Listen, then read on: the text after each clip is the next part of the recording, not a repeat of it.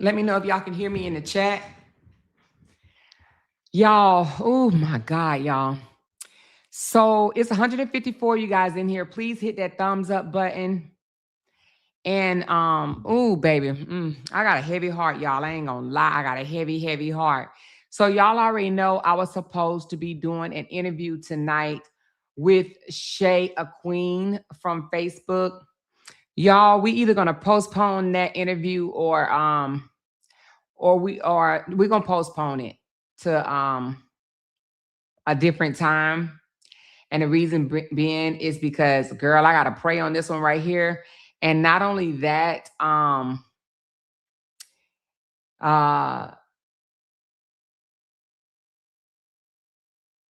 you know, I I don't feel comfortable. Well, listen, child. We're gonna pray on this one. And I don't know if it's y'all know I can't stand Johnny L. I can't, honey. But even this is not my cup of tea. And I don't want to take on something like this on my platform without you know, uh, you know, I'm just gonna say it like this. I believe the young lady. However, y'all, let me just pray on this one. Let me literally just pray on this one, and I'm gonna get back with y'all on that one. But I probably just decline a big, big, big, big exposure. However, you got to be careful sometime as a blogger. I know I can have probably 2,000 people in this mofo if I broke this story. However, I'm gonna hold on this one. But if Shay listening, I just want her to know I do believe her. I really do. I really believe her. However, I'm gonna have to just press the brakes on this one right now. I'm just gonna press brakes on this one right here, y'all. I just don't think that right now is good for my platform to release this information. So anyway, but if she hears my voice, just know I will be getting in contact with you. But right now I can't, girl. I gotta press brakes on this one. I gotta press brakes. So anyway, with that said, so I'm sorry, y'all. We were supposed to have a interview tonight, like we did last night, an exposure. And I'm not going to say it's not going to happen. I'm just saying it won't happen tonight, not on my panel. And it probably won't happen on my panel. It probably won't happen on my panel.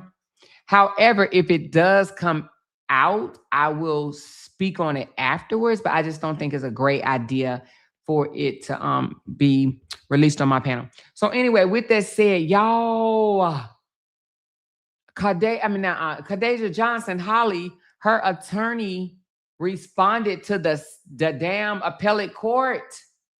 And girl, it is explosive. Now I know somebody called me early and was like, Amore, you got to go live right now. You got to go live right now. I said, I just came off a live. I was on live for 4 hours. And I gotta rest my voice. And they was like, no, you gotta go live and you gotta discuss it. Everybody is talking about it right now. And I said, listen, let them talk about it. I gotta rest my voice and I gotta rest my body. So I went to sleep. And I know a lot of y'all probably have already heard the news, but it's so explosive that the state has asked, can they respond? They do not want Ari's words to be the final words on the appellate court's ear. So they done already filed to respond. They already said, please, please, please, please, please let us respond. Please, please let us respond. We cannot allow the defense attorney to just go before the courts with this information. And the reason why they want to respond, in my opinion, because if the appellate court allows the defense to have the last word and do not let the state respond, baby, the state case becomes weak. It's already weak. It's really already weak. However, The state is begging, and I do mean begging, y'all. When I looked in the file, I said, God damn, what was they doing? They literally was sweating Ari's response, right? You know, trying to figure out what's she gonna say, what's she gonna say, what's she gonna say. When I tell you, when Ari dropped her response, the state turned around immediately and filed, and they are begging the courts to allow them to respond. Okay. So I don't know what we want to go over first. Are we going to go over first how they have begged the appellate court to let them respond, or do we want to talk about what Ari said to make them contact the appellate court and say, please let us respond, please let us respond? And this is not normal. It's not normal to continue to do a back and forth, back and forth, back and forth. The defense normally gets the last word, but the state is so pissed off right now at the language and the exposure that Ari is accusing them of, that they are begging the appellate court to allow them to respond. They do not want it to go before the appellate court like this, because if it goes before the appellate court like this and the appellate court agrees with it, it blows a major hole in the state's case, okay? Which means that they won't be able to use certain things. So do we want to talk about what Ari said first and then talk about what the state came back and said? Or do we want to talk about what the state said and then turn around and talk about the exposure that she is doing to the state of Illinois prosecution office? Which one? Okay, Ari. So y'all want Ari's tea first. All right. So Ari tea is coming up. Y'all, it is 16 pages. I'm going to need y'all to go get y'all something to drink. I'm going to need y'all to go get y'all something to snack on. I have my coffee link attached above. And y'all know I set a goal, because if I'm going to come out here and spill this type of tea, which I know some of y'all probably already heard it, but y'all ain't heard it the Amora way, okay? Now, I'm not saying that other bloggers can't, you know, put the information on the flow, but y'all know Amora is going to do it the Amora way, all right? Holding no bars, telling it like a TI mother effing is, and you know, all that good stuff. So I did read it earlier, and I was like, that's my motherfucking defense attorney right there. That's my defense attorney right there. Tell him, girl, tell him. So Ari did not come to play. And me reading this response, in my opinion, this is Ari's way of saying, y'all thought y'all can play with this black girl. Y'all thought I wasn't ready. Y'all thought that y'all can come in here and pull one over on me. Y'all thought that because I'm not much of a litigator in a first degree murder trial, because I've never really done this before. Y'all thought I was asleep. Y'all thought y'all could play in my face. Hold on, let me answer this right quick. Hey. All right, sorry about that, y'all. So without further ado, let's pull up these documents, y'all. I have all 16 pages of Ari's explosive, you know, what she's talking about. Y'all, I have yet to learn how to watermark. I do not know how to watermark. Candy, if I send you this, is Candy in here? I know Candy be having her Zoom calls. Hold on. Let me put it on mute right quick. Hold on. All right. Okay. So she said, I don't listen to nobody break any court paperwork down, because can't nobody break that ish down like you. Oh, my girl Candy, my girl Candy. Candy, are you in a meeting? If not, I'll send you over the paper. Well, you know what, y'all? We don't need no watermark. This shit is free right here. And they can go to the, hold on. Hey. All right. Well, she told me to send it to us. Let me just send it to her right quick. But you can literally go on the you can literally go on the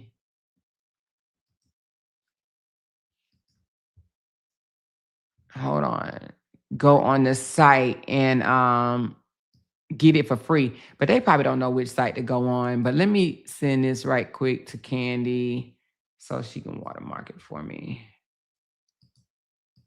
they can get it, but some people don't know. They don't know how to do resources. They don't know how to sign up for shit, log in to shit. They just don't know, and they just rely on other people to get the information.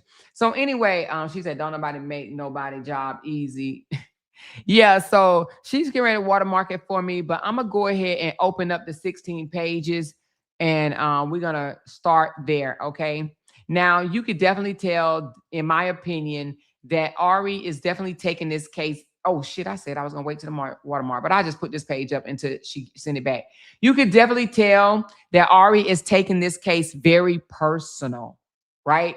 Meaning that she is making this case a priority of hers. I could just tell with the passion and everything that she used, the words she used. She's very adamant about working for her client. And I'm not gonna lie. In the beginning, I was like, ooh, y'all, I don't know. Did she hire the right defense attorney? Right? Was I the only one that thought that? I was just like, did she hire the right defense attorney? Is this really it? Is this the best she could have done? But to see the passion behind Ari, and she's not letting up at all. I think she see a case where there's injustice already being done, and she's like, nah, I'm not gonna allow that to happen, not on my watch. So it does seem like Ari is definitely taking this case very personal. Okay. So I'm liking that, because some of these attorneys will take your damn money and they don't give a damn about your case. They don't care if you free or not. Mm, mm. Rachel said, I never doubted her. You didn't? I ain't gonna lie, y'all. I did in a little bit. I was like, whoa, especially when I saw how she was dressed and everything. And then people was like, Amora, that's just how attorneys in Chicago do it. And I'm like, for real? She on there with stilettos on and the short skirts and everything. And I was like, oh Lord, what type of lawyer did she have? I see y'all down there. Y'all say, I never doubted her. I never doubted her. I never doubted her. Okay, that's what's up. I'm waiting to get the paperwork back, watermark. But with that being said, let me do something right quick.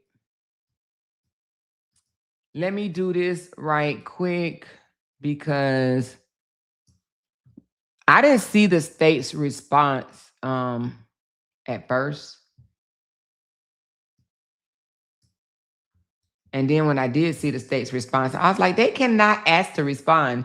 They could do anything they want. Oh man, that's crazy. So I just read what it said, that the state is asking. I'm waiting to get the paperwork back from Candy, but I was just reading what the state is asking, you guys. And let me make a correction right quick. The state is asking to respond by the state saying, okay, all right, the defense attorney called us out in a bad way, which we're gonna go over right now. But there's like, yeah, they called us out in a bad way. However, we want an opportunity to redo our response, right? So give us a chance to fix what we fucked up, what we messed up. And then they have the nerve to say, but don't let the defense respond to our response. What? The state wants an opportunity to correct their error by saying that the defense did not have video evidence to prove that witness number 3 was not what the hell she say she was, or whatever. But they said, we want to fix it. We want to fix our error, but we do not want you to allow the defense to be able to respond to us. Isn't that crazy? Isn't that crazy? They literally want the state, they want the appellate court to put a muzzle on the defense attorney. Basically, let us get the last word. So basically, they are asking the courts to allow them to get the last word. Okay. They saying, let us do a redo. Let us do it all over. We messed up. Yeah, we didn't read the whole document. We kind of failed. We goofed. But let us redo this, and do not allow the defense to come back and chew our asses up the way she did on this one. Now, I'm going to tell you right now, I already know that there's probably some people in the bushes that's listening to me that are not going to like what I am saying, okay? And that is because I am not going to sugarcoat this shit at all. I'm going to put it on the floor, just like Ari did. And they're going to be mad. They're probably going to want to throw eggs at Ari's house after this one, okay? but we are going to put it on the floor. Are you, Candy, are you done with it? Because if not, I'm just going to go ahead and proceed. Basically, I told y'all earlier that Ari asked the courts to respond to the state's response. The court said, yes, it's granted. So she responded and she put it on the floor. Like, you know, she was pretty much pissed that the state misrepresented a lot of things. Okay. So what she did, she kind of embarrassed the state. Okay. She embarrassed the state before the appellate court, basically showing that the state did not really do their job properly. Okay. And there are, you know, excluding some important information that they kind of like said the hell with it. Okay. I have the version of with the watermark. So thank you so much, Candy. I love you. Appreciate you. All right. So let's put this down right here. It's this one. All right. All right. So let's get into this, y'all. So Ari did not come to play at all, like I said. So let me just move this out the way. Hide the bar.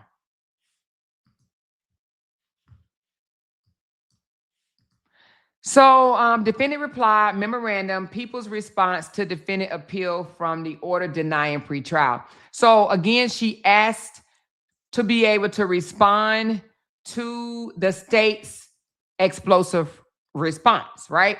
So they said, yes, you can, and she did, all right? So I'm not going to go over, well, yeah, I will. All right, so on March the 12th of 2026, Ms. Johnson filed defendant memorandum in support of Illinois Supreme Court Rule 604H appeal.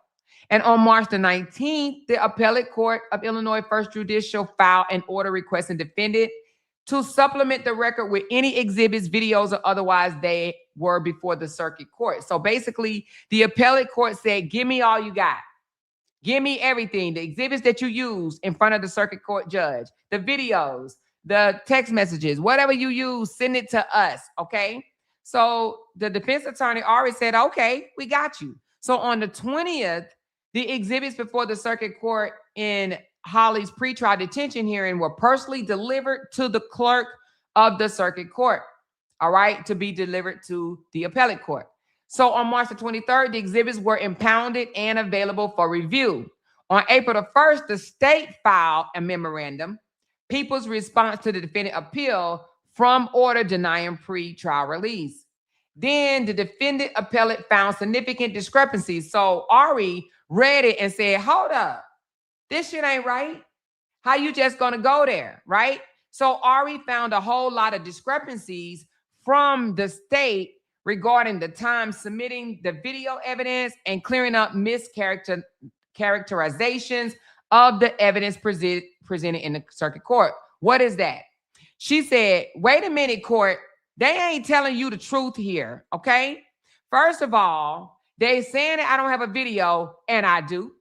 Second of all, they're saying the 911 call was from witness number 3, and it wasn't. And they're saying that, you know, all of their witnesses are pretty much saying the same thing, and they're not. So she was like, no, let's clear this up. I want to be able to clear this up. That's what defense attorney Ari said. So then she asked for a motion to leave to file, meaning that she just wanted to reply to the state. Let me reply. And the court said, okay. On April the 3rd, they granted her the opportunity to respond. And did she ever? She did, okay? So now she says, contrary to the representation made by the plaintiff, which is the state, Holly claims of self-defense does have merit because the state came back and said, self-defense don't have no merit. This wasn't no self-defense case. This was a per D execution. And Attorney Ari said, no, it was not. It does have merit. What do you mean self-defense don't have no merit? It does have merit, and I'm going to break it down, and I'm going to tell you why, okay? So here she says, in response to Holly's assertion of self-defense as to the incident that took place on September the 8th of 2025, the state stated that self-defense claims failed at the onset, meaning it fails. It wasn't self-defense. That's what the state tried to tell the appellate. This was not self-defense at all. No way, no fashion, and no form. And Attorney Ari said, yes, it was. And I'm going to prove it to you. All right. In a sense. However, what she said is it's not even required to determine if it's self-defense or not at the pretrial stage, at the detention stage. So right here, she says the state said that self-defense claim fails at the onset because the people are not required under the PFA to disprove affirmative defense, such as the claims of self-defense at the pretrial detention. However, she said the plaintiff appealee relied on a case law to support such argument.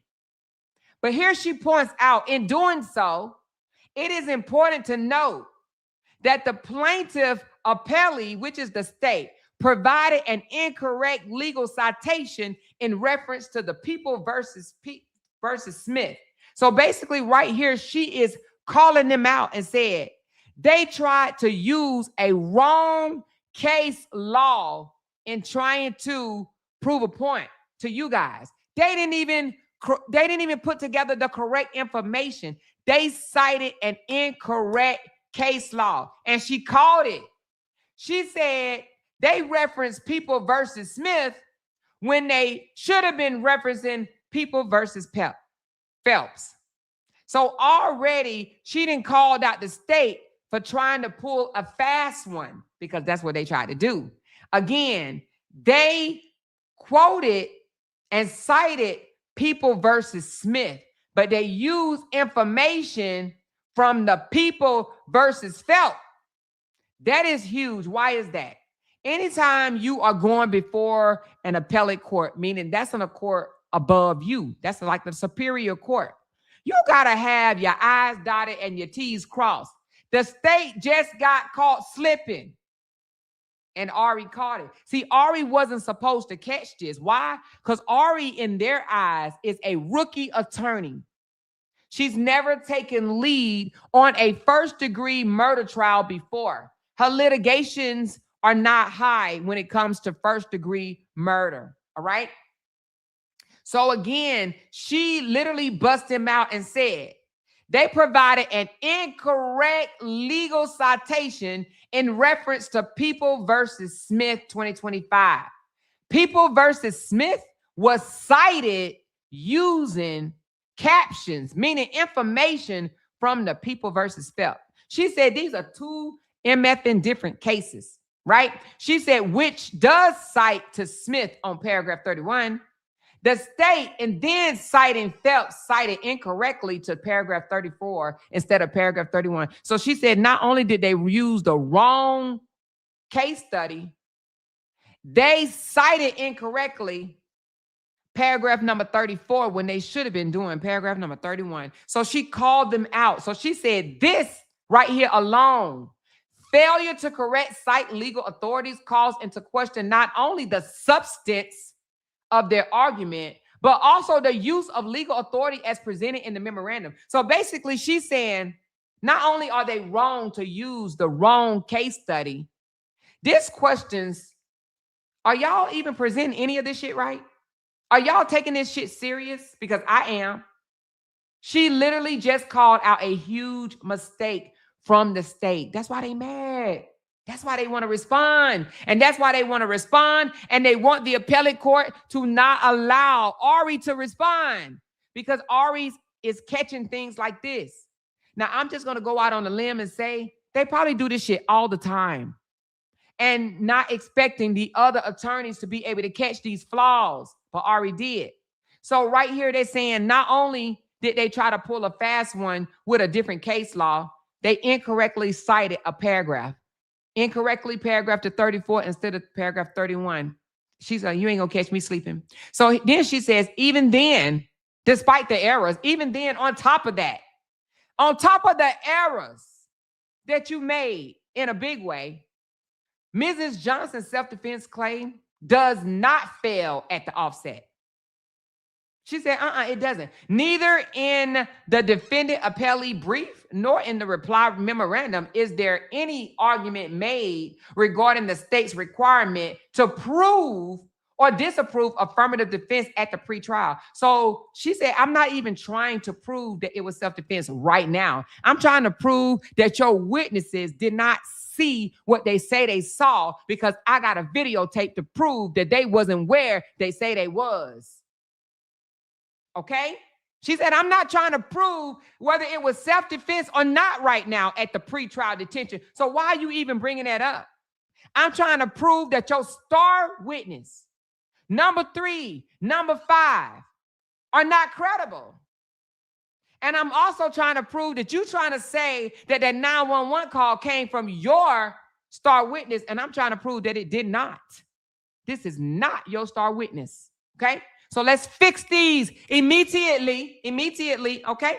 So anyway, she says, nowhere in my memorandum nor my brief to the appellate court did I ever argue that this is self-defense and I'm trying to prove it right now. And I'm not trying to do that. No, that's not what I'm trying to do. She said, rather, the self-defense claim is being rationalized and explain the lack of Mrs. Johnson's intent to commit the offense of murder on September the 8th, as well as illustrate the imminent danger that she faced by the deceased on that day.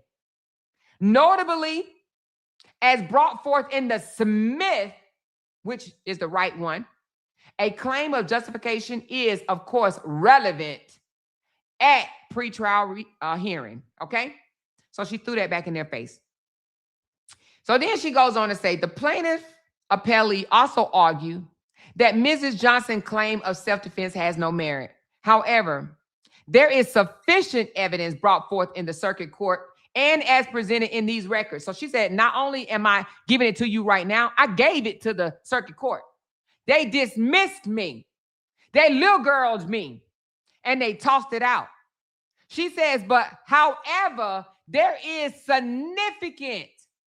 sufficient evidence. She didn't say significant. Sufficient evidence brought forth in the circuit court and presented in these records right here, demonstrating merit behind the self-defense claim. Right? She said, essentially, it is a key issue in the above captioned matter and significant, right here, significant, to Holly's defense, sustained by evidence showing that on that day, September the 8th of 2025, Holly was physically attacked by Romika. She was in danger of her life and was not by any means the initial aggressor. And that's important. That's very important. The initial aggressor. Not only had Romika initiated threats and violence toward Ms. Johnson in the past, but the deceased alerted Holly's grandmother of her intent to do what? To KI Holly. All right. And she says, but on this day in question, September the 28th of 2025, uninvited and unannounced, Romika took it upon herself to make that U-turn and drive to where Holly and Carlos were, stationed on Cermak at 9:02. An individual called 911 to report 2 black women. And she put it here. These are quotes. This is not anything that she's making up. She said a 911 caller called 911 to report, in quotes, 2 black women hitting each other across the school on 22nd and Cermak. These are quotes, meaning that this is what the 911 caller said. 2 black women hitting each other. Not dancing, not arguing, not hugging, not laughing. She quoted, the 911 call said 2 black women hitting each other across the school on 22nd and Cermak. The unidentified caller further described, there's a black lady. She seems to be the aggressor. But the woman with the green has the gun. So she differentiated the two.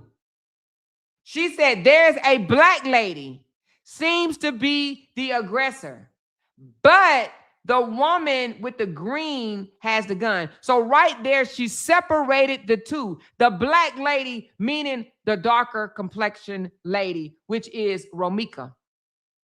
Okay? The lady in the green, she identified Holly as the lady in the green. Again, there's a black lady. She seems to be the aggressor. But the woman in the green was identified on that day, as we've seen multiple pictures, as Holly Johnson, Cardasia Johnson. The audio recording of 911 call was presented in the circuit court as exhibit, illustrating to the court that there was an unidentified, disinterested witness who saw the deceased inciting violence and aggression toward Ms. Johnson on that date. She said, I showed the circuit judge this information, but he little girled me in the circuit court. And he did. She said that 911 call corroborated the facts that Mrs. Johnson was physically attacked by the deceased. Counsel for defendant appellee received information from another unidentified witness through a text now number. Now, this is new because I did not know that information, okay? That there was a text now number that another witness, another unidentified witness, they don't know who this is, but it says counsel for the defendant received information from another. So she's saying somebody texts her phone. Somebody texts Holly attorney's phone.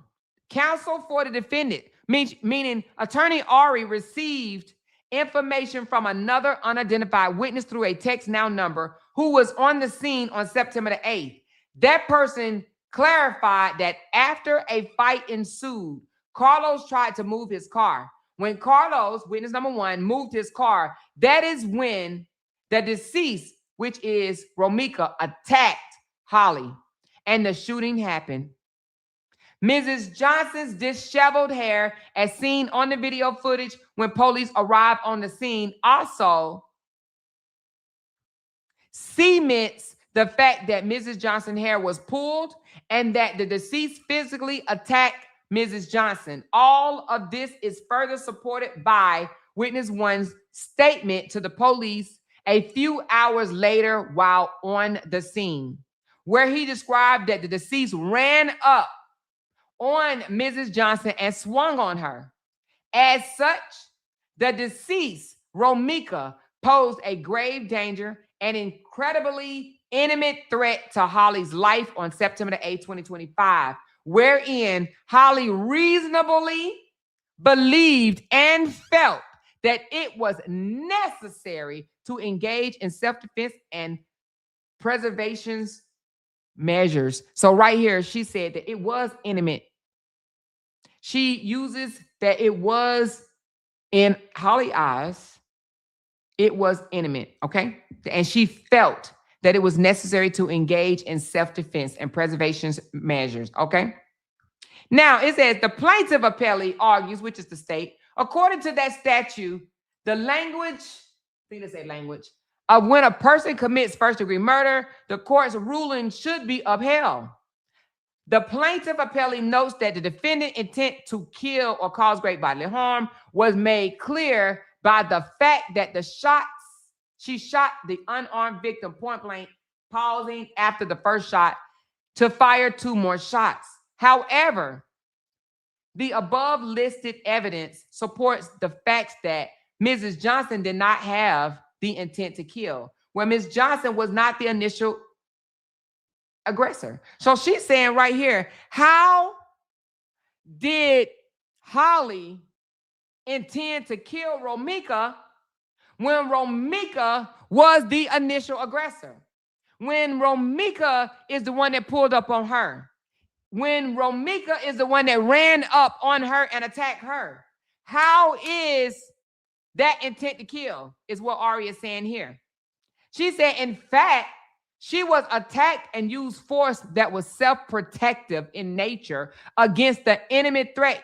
Here she goes again, enemy threat. That's important. That's important. That's important. In fact, she was attacked and used force that was self-protective in nature against the imminent threat posed by the deceased, Romika. To reiterate, the mere fact that multiple shots were fired does not negate the claim of self-defense. She said, People versus DeSalvio states that just because multiple shots were fired, that does not take away a self-defense claim. And we pointed that out already. There was in the state of Illinois a guy that shot 6 times and was still cleared for self-defense. So right here alone, she is saying, in this case, People versus Phelps, okay?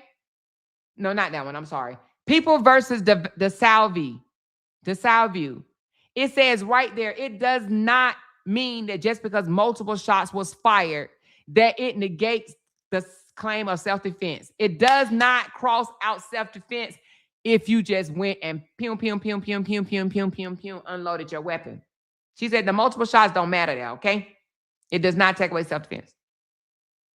Then she goes on and say, a plaintiff appellee further cites the People versus Phelps to substantiate the argument that a defendant who shot an unarmed victim who did not threaten him was guilty of first-degree murder. She pushed back and says, but on the contrary, Phelps did not rule on guilt. This was an appeal of the trial court order to detain the defendant.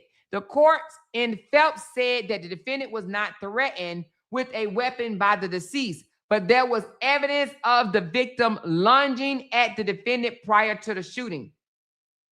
The appellate court in Phelps also based its determination that the evidence was clear and convincing that the defendant did not commit the offense of murder on video surveillance evidence that showed the defendant shooting the deceased. There is no video surveillance evidence capturing the shooting in this case. Phelps is factually distinguishable from the case at hand. So basically, she's saying they did not find that because he shot an unarmed person in this case, they didn't find that significant enough to prove clear and convincing evidence. So why would they in Holly case is what she's saying. She's saying there was no video evidence in this case. Yes, this person shot an unarmed person, but was still found that there was no clear and convincing evidence that this person committed the offense of murder, right? On video surveillance evidence. And she's saying in this case, there's no video surveillance evidence either to back this up.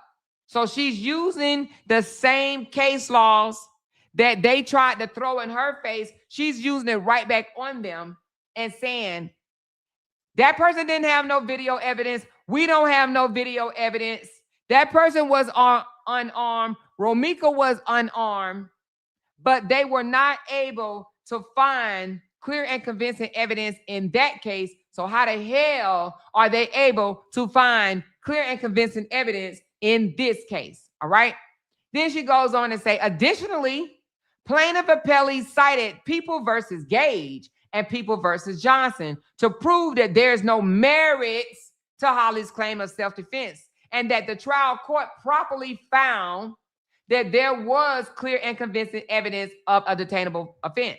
So right here, she's saying the state said that there's no merits and that the circuit court said that there was no convincing evidence of this. I mean, that there was clear and convincing evidence. So right now she's saying, yeah, I hear the state saying the circuit court believed us. The circuit court took our word. The circuit court agreed with us. So you must agree with us too, is what the state is basically saying, right?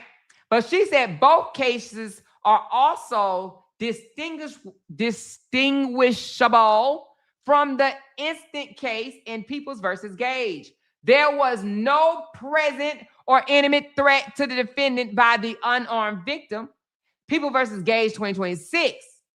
In the above captioned case, the deceased absolutely posed a great imminent and harmful threat to Mrs. Johnson's life, evident through the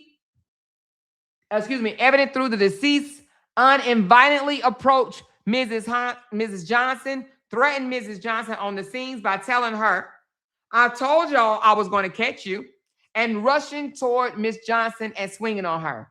Okay, so right here she's saying that there was, you saying that the self-defense don't have no merit. Why it does not? When Romika posed great intimate and harm to Holly's life, and it's evident through her pulling up uninvited, approaching Holly, threatening her, and then rushing toward her. She said, what do you mean that they don't have no merit? What do you mean self-defense does not have any merit? She came uninvited. Nobody told her to come. Nobody invited her. Nobody sent her a text message and said, get here. Nobody said they was giving out free food, free water. Nobody invited her to the party. She pulled up on her own, right? She approached her on her own. She threatened her that day on her own. And she rushed her. And she swung on her on her own. So Ari said both Holly and the deceased was aware that Holly was seeking an order of protection against Romika. In Peoples versus Johnson, the defendant shot at the victim and kept hunting and chasing down the victim, shooting that individual at least 7 more times. Now, this case, if I'm not mistaken, the People versus Johnson, I want to say that was in 2024. I don't know. That may not be the case. Never mind. I thought that was the one that he ran out of the restaurant and shot at guys 7 times in the back. But I think that might be a different one. But nevertheless, it says in People versus Johnson, the defendant shot at the victim and kept hunting and chasing down the victim, shooting that individual at least 7 more times. People versus Johnson, 2024. In the present case, Mrs. Johnson did not pursue Romika in such a manner, nor did Mrs. Johnson shoot more than 3 times. So she's saying in the People versus Johnson, they allowed pretrial detention after this person chased down their victim and shot them at least 7 more times, and they still was granted pretrial release. She said, in my case with Holly Johnson, she didn't do that. She didn't run behind Romika, and she only shot 3 times, and y'all saying that she's a threat and she can't get out of jail. Make it make sense. This is what she is telling the courts. In People versus Johnson, they let that person go on pretrial release.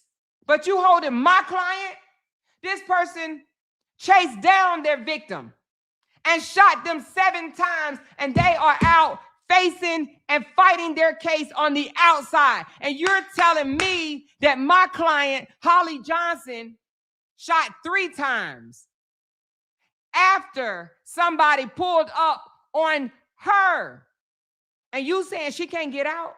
Make it make sense is what Ari is saying. Make it make sense. How are you holding Holly Johnson over 3 shots when you let somebody else get ran down, chased down, shot 7 more times, but they was granted pretrial release? Make it make sense, right? So then she goes on and said, ultimately, the evidence proving Mrs. Johnson was physically attacked by Romika on the day of the incident. This better be good. Hold on, y'all. Hello?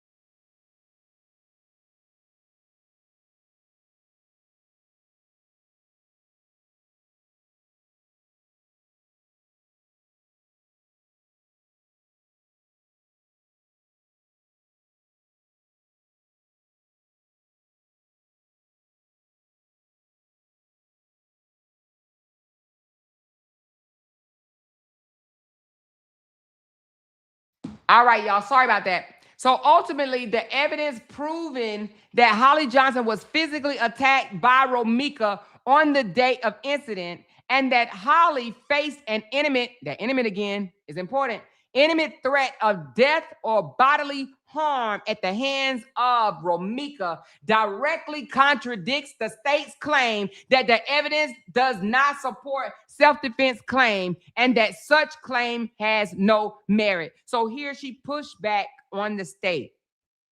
She pushed back in a big way on the state. She says it does have merit. Self-defense does have merit. There is evidence that she was attacked. How?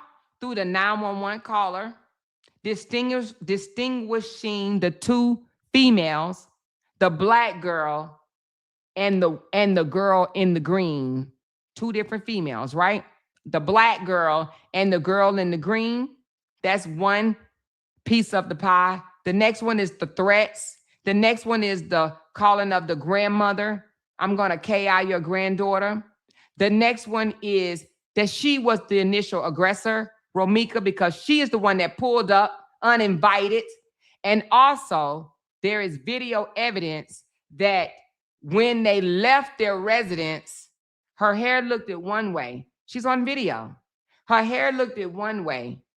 But once the cops arrested her and took her away, her hair was disheveled. So she said, don't you dare tell me. Don't you dare tell me that this is no claims of self-defense. Because how did she get there? She pulled up. She was the initial aggressor.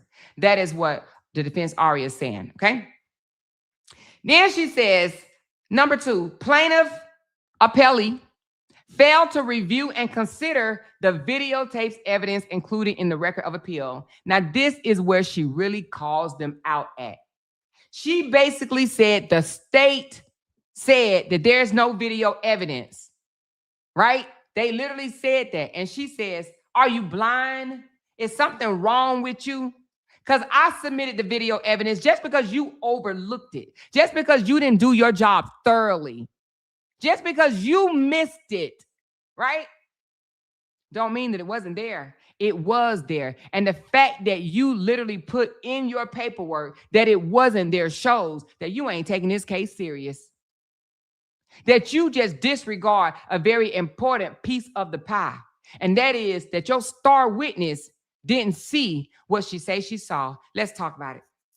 She says the plaintiff appellee made numerous mentions. They ain't mentioned that one time. They mentioned it several times through their response memorandum that the defense failed to supply video evidence in the record on appeal, and that any doubts arriving from an incomplete record must be resolved against the appellate.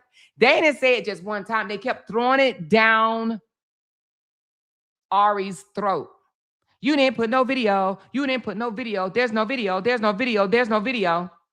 They said it throughout their response. There's no video. She don't have no video. How's she going to submit this and there's no video? She said it was a video. There's no video. The state repeated it multiple times that there was no video submitted.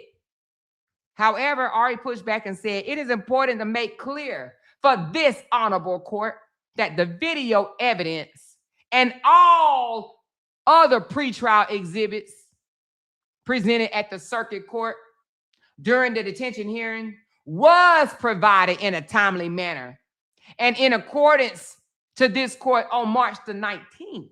She said, I submitted that shit. Just because you didn't see it don't mean I didn't do it. She pushed back in a big way. So she also says the defendant appellate duly confirmed with this court request and filed the necessary exhibits ahead of the lenient March 25th, 2026 deadline. As such, a sufficiently complete record was provided. So she said, I sent the video. The state saying I didn't, but I did. Plaintiff appellee response memorandum was filed on April the 1st, solely relying on the state's proffer as found in the written record for this appeal. In arguing that the defense appellant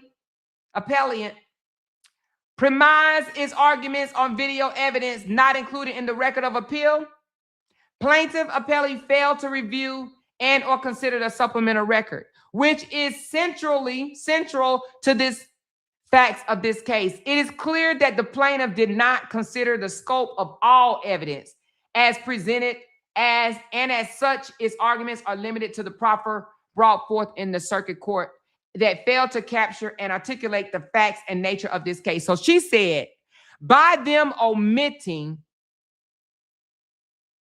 the video evidence, by them saying they didn't see it, this is proof that they only relied on the proffer, which is the proffer is a summary of the witness statements. So she said right here, the fact that they submitted this to y'all, to the appellate court, saying that there is no video evidence, it literally shows that they didn't look over everything, that they failed to capture and articulate the facts and nature of this case on its own.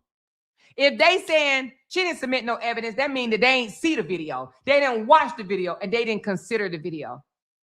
Because if they had saw the video at the circuit level, we wouldn't be here today. At the appellate court is what Ari is telling the appellate court right now. She's saying the fact that they said there is no video evidence submitted means that they have not reviewed everything. They ain't taking this shit serious. They are only relying on the transcripts. They're not really doing their job, is what Ari is saying. They're not really doing their job, okay? So she said, and it's evidence that they have not articulated all the facts of this case. They are only going by the witness statements. They're not looking at anything else. Nevertheless, let's continue. She says, thus certain arguments as raised by the plaintiff appellee must be addressed and corrected. So she says, because of this, they got to correct their shit. They need to come back and correct what they said in their memorandum. They accused me of not submitting the evidence of video evidence that I said that I had. They accused me of not submitting that. They also tried to switch up who the 911 caller was. I'm going to need them to fix this, is what Ari is saying. So here, thus certain arguments as raised by plaintiff appellee must be addressed and corrected. The plaintiff appellee, for instance, asserted that the deceased car was in front of Miss Johnson's car and never blocked in. And let me just pause for a second. Even when I read that, that the state said that the car was parked in front of Holly's car, I pulled up the pictures and I said, what are they talking about? What do you mean Romika's car was parked in front of Holly's car? How can the state put this in here? How can they do this? But they did. And she's saying they need to fix that because they also said it in a way to try to allege that Holly was free to leave at any time during this encounter. But she says, no. We got video evidence that the car was blocked in. Hello? It was blocked before Carlos moved his car up. So again, she says they need to fix this. Fix the bullshit that you submitted to the appellate court, that Holly was never blocked in, alleging that Mrs. Johnson was free to leave at any time during the encounter on September 8th of 2025. She says, however, up until the point that Carlos moved his car, witness one's car and the deceased car prohibited both, not just one, but witness one, Carlos and Romika's car prevented Holly from leaving the scenes at any given moment. The shooting then occurred in response to the deceased being rushed to attack Holly while Carlos was moving his car. So she says, evidently, Holly did not have the opportunity to get inside her car and leave the area until after the shooting transpired. Why? Because she was blocked in. Holly's car was blocked. Let's say it again. Holly's car was blocked, and she was not free to leave and remove herself from the hostile and violent situation that the deceased created. Again, Holly's car was blocked, and she was not free to leave and remove herself from the hostile and violent situation that Romika created. So, you know, they don't like certain words that bloggers use, but Ari used it her damn self. Ari used these words her damn self. Okay? She said Holly Carr was blocked and she was not free to leave and remove herself from the hostile and violent situation that Romika created. So you heard certain people say she should have took her baby and ran down the street. She should have hid up under the hood of the car. She should have got in the trunk. She should have did this and she should have did that. Well, Romika should have kept going. But let's continue, shall we? Let's continue, shall we? Hold on one second.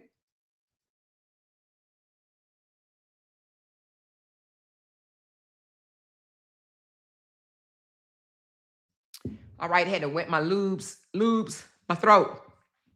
So then she says, this one right here, plaintiff appellee, the damn state. They also relied heavily on the accounts of their star fucking witness. Witness 3 and 5. It says plaintiff appellee started with witness 5 to support its allegations that Mrs. Johnson was aggressive and provoking Romika. On the contrary, witness 5 is not a credible damn source. Not only were witness 5 allegations not included in the original proffer made by the state of the circuit court, meaning that witness 5 came late, y'all. Y'all know witness 5 didn't even come until December. Witness 5 did not even put in a statement until December. So it says not only were they not included on the proffer, but witness 5 was watching the incident from her car and then from her workplace on Cermak when she saw the deceased arguing with Holly. In its reliance on statements given by witness number 3, the plaintiff appellee, which is the state, argues that the deceased freed herself from Holly's grasp and stepped away from Holly. Though this statement, as alleged by witness number 3, contains gaping inconsistencies, for instance, it's not alleged by any other witness besides witness number 3. Witness number 3, the only one that saw that shit, is what she's saying right here. Witness number 3 is the only one that saw all of this. Okay? It says, for instance, it is not alleged by any other witness besides witness number 3 that the deceased took steps away from Holly prior to the shootings being fired. Instead, it's being brought forth that mere moments before Holly shot at the deceased, that the deceased rushed toward Miss Johnson to attack her. Witness number 3 is also the only one who mentioned anything about witness 1 and Holly engaging in a fist bump shortly after the shooting took place. The video evidence supplemented in the records illustrate very clearly that witness number 3 was walking in the opposite direction from the incident when leaving the CTA bus, and that witness number 3 views of the incident was subsequently obstructed by the CTA Green Line building. So how could she have seen a fist bump? How could she have seen Romika take steps away from Holly? How could she have seen any of this when there's video footage that shows she walking in the opposite direction from the incident, leaving the CTA bus? And after that, her views is subsequently obstructed by the CTA Green Line building. That means her ass was dodging and hiding, squatting, probably pissing and shit, and who knows. She was behind a building. So how was she able to see what she say she saw? And there's video evidence of that. So it says here, because the plaintiff appellee failed to consider and rely on the video videotape evidence providing in the supplemental record, the plaintiff appellee arguments were supported by inconsistent and unverified allegations by witness number 3 and 5, as denoted and outlined in the written appellate record.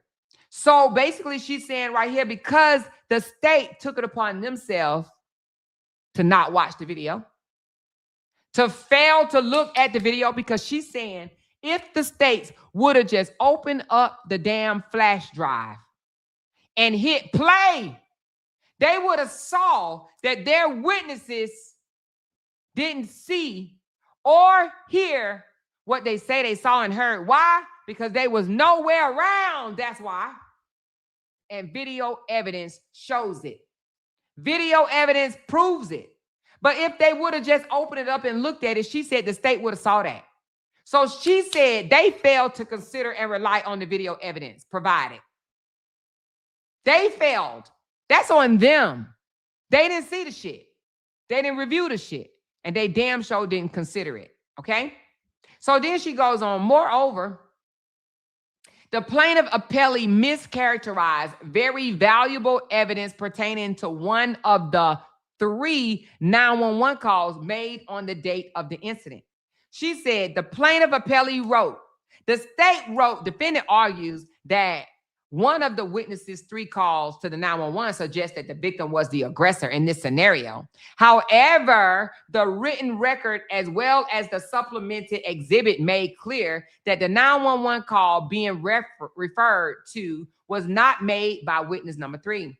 Witness 3 made 2 phone calls to 911 where she reported that Carlos was slamming the deceased with her own car door. And the other call articulated that the shooting took place. There was an additional 911 call made at 9:02:29 a.m. on that date of the incident by an unidentified person who did not leave their name.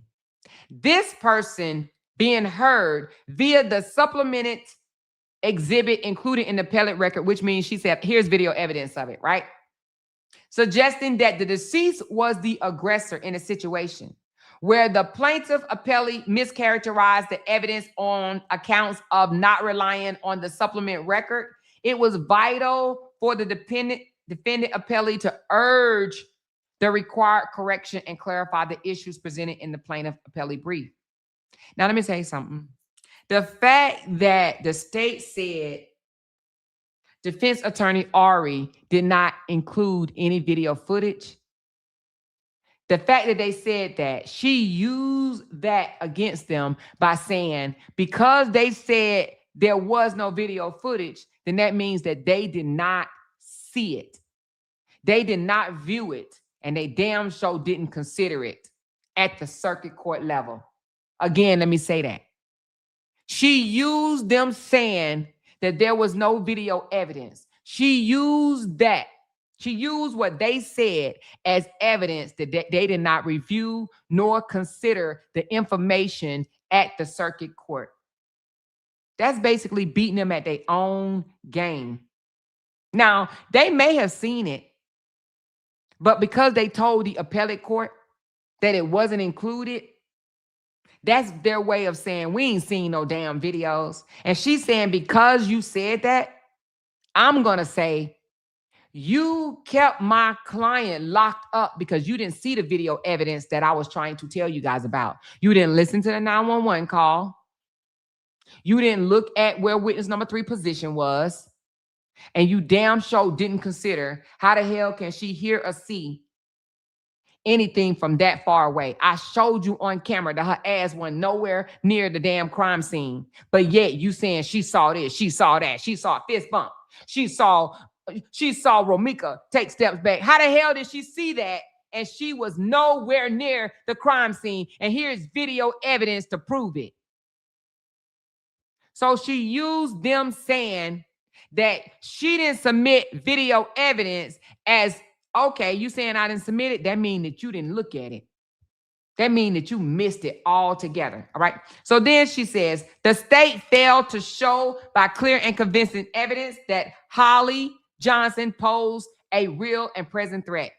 Plaintiff appellee argues that the people garnered specific articulable facts demonstrating the defendant posed a safety threat to a person or persons in the community, including anyone who confronts her.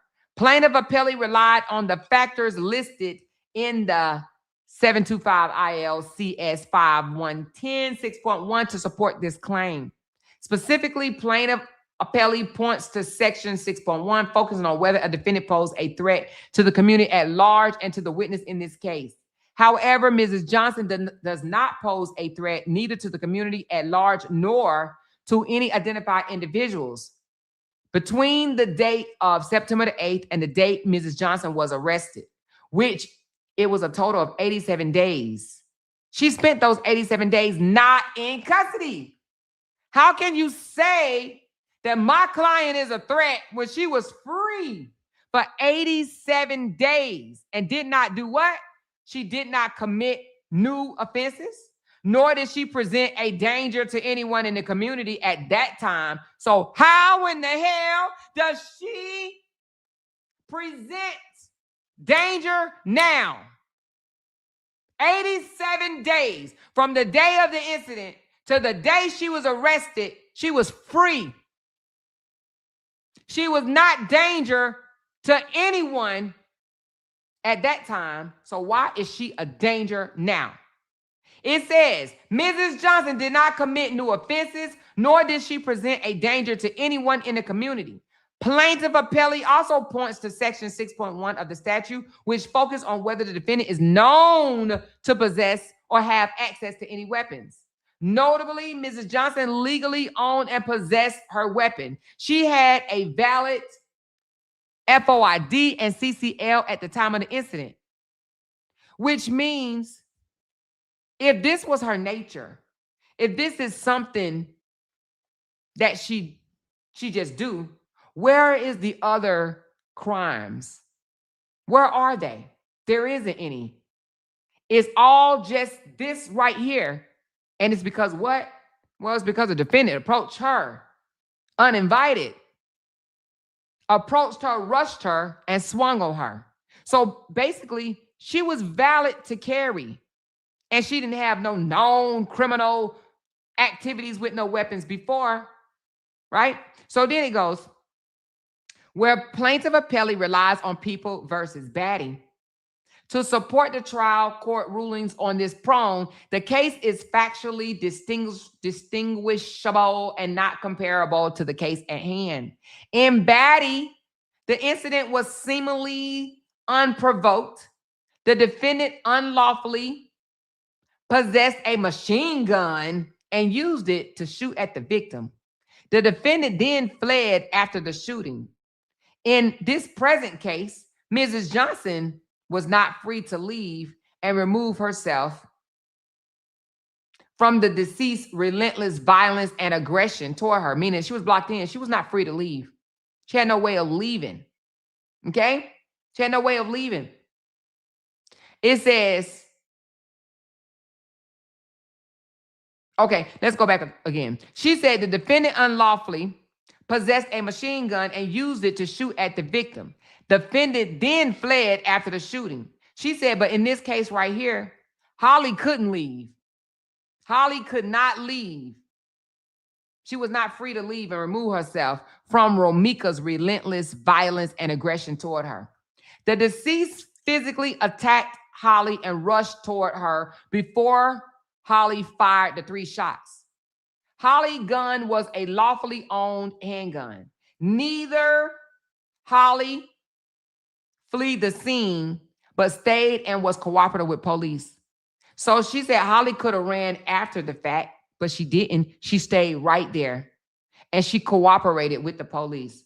As such, it is incorrect to claim that this case is similar to Batty. How are you saying that this case is similar to Batty? Right? Let's go back. She said Batty unlawfully possessed a machine gun. Batty wasn't even supposed to have a damn gun, but he used it to shoot the victim and then fled after the shooting. He left the scene. How are you comparing my client to some baddie when they different is what Ari is saying. You literally compared Holly to baddie when baddie ass was unlawfully carrying a machine gun and then he fled after the shooting. Whereas Holly Johnson was lawfully able to carry, and she only shot after she didn't have no way of fleeing the scene with her car, leaving the situation beforehand. And then after the shooting, she stayed and cooperated with the court. So she says, so it is incorrect to claim that this case is similar to baddie. Don't be mixing me up with no damn baddie. And that the court ruling on finding that Mrs. Johnson possessed a real and present threat should be upheld on this basis alone, basically. Don't be putting me with baddie. Don't put Holly with baddie. Holly is not baddie. Holly is not baddie. Holly is not baddie. Okay? So don't put my client with baddie, is what she's saying. Plaintiff appellee also focuses on Holly's lack of criminal background, claiming that the deceased was simply arguing with Holly and that the deceased never physically threatened her. Well, plaintiff appellee is keen on dismissing not only the deceased's past threats to K.I. Holly, but also also on ignoring all the evidence previously mentioned that illustrate the physical threat and conduct the deceased imposed on Mrs. Johnson. Plaintiff appellee further cites to Peoples versus Clark, to suggest that the court reject a claim of self-defense because defendant posed a safety threat in shooting an unarmed person in public after the exchange of words. Again, Clark distinguishable from the case at hand. In Clark, there appeared to be no imminent threat to the defendant. The defendant shot 8 times and fled the scene afterwards. Defendant also was on probation when the shooting occurred. There, the court determined that the state presented evidence that the defendant would not comply with conditions of release. So again, she said, basically the state is trying to put my client up against another case, like Clark, right? They said in the Clark case, the court rejected a claim of self-defense in the Clark case. Well, yeah. And Ari said, well, the reason why they rejected the claim of self-defense, why? Well, because the defendant shot 8 times and then fled the scene afterwards. Shooting 8 times and fleeing the scene is a little different than shooting 3 times and staying there and cooperating with the police, okay? And Clark was on probation at the time of the shooting. So that's why the hell he ran. He shot 8 times. He ran because his ass was on probation. My client is different. That ain't my client, is what Ari is saying, all right? There, the courts determined that the state presented evidence that defendant would not comply with conditions of release. So basically, she's saying the state presented this case right here and some others saying that she would not comply with the state of release because, the state People versus Clark, okay? So she said Mrs. Johnson, on the other hand, had not given the court a reason to believe that she would not comply with any conditions imposed, nor that she is a threat to the safety of others. Mrs. Johnson was deemed by the court to be lawful abiding. She spent 87 days not in custody without fleeing the state or committing new offenses. She was also compliant with police on the day of the incident, as well as during the subsequent investigation onto this case. Mrs. Johnson does not have a background of violence. So she wasn't on probation. She did not flee the scene. She cooperated with the investigators. And she was free for 87 goddamn days and did not commit a new offense. What are you talking about? So she goes on to say, Mrs. Johnson PSA coincided with level 3. There is sufficient evidence to conclude that Holly lacked of a real and present threat or danger to any person or the community at large. And such evidence should be greatly considered at this court. She didn't say a little evidence. She said there is sufficient evidence that she lacks real and present danger, real and present threat or danger to anyone, any person or community at large, and that this evidence should be greatly considered at this court. Then she goes on to say, in People versus McDonald, the defendant was charged with first-degree murder of his 3-month-old child. People versus McDonald, defendant brought an appeal under the Illinois Supreme Court rule after a court order was entered to deny him pretrial release under the Pretrial Fairness Act. One of the arguments defendant made on the appeal was that the state failed to prove by clear and convincing evidence that he posed a real and present threat to any person or the community, and that no condition could mitigate that threat. Ultimately, the appellate court found that the trial court findings to be against the manifested weight of the evidence, where defendant was 40 years old, had no criminal background, and had continuous employment, served as a church deacon, and lived next door to his mother and brother. There was also no other indications that the defendant would be exposed to or responsible for the care of other children. So right here, she's saying there's a case, People versus McDonald. This guy was charged with first-degree murder of his 3-month-old child, but yet they released him. They released him during detention. Why? Because the state failed to prove that he was a threat to anyone. This is after being charged with first degree of murdering a 3-month-old. He's being charged with first degree for murdering a 3-month-old, and they said the state failed to prove clear and convincing evidence. And again, how are you holding my client in jail? How is she a threat for first degree from someone that came uninvited, approached her after making threats to KI her, approached her aggressively and swung on her? How is she a threat if a man is being charged with first-degree murder of his 3-month-old child? He free, but my client can't be free? All because he was a deacon in church? All because he was 40 years old and have no criminal background? My client don't have no background. All because he have a job? My client own a business. All because he lived next door to his mother? He's not a threat, but my client is? Okay. And she said there was also no other indication that the defendant would be exposed to or responsible for the care of other children. So they let him out saying that there is no indication that he would be around other children. But they let him out. They let him out. But my client got to stay in? Okay, make it make sense. Then it goes on here. Mrs. Johnson is a 31-year-old pregnant woman with a child of 1 already at home and has also been gainfully employed.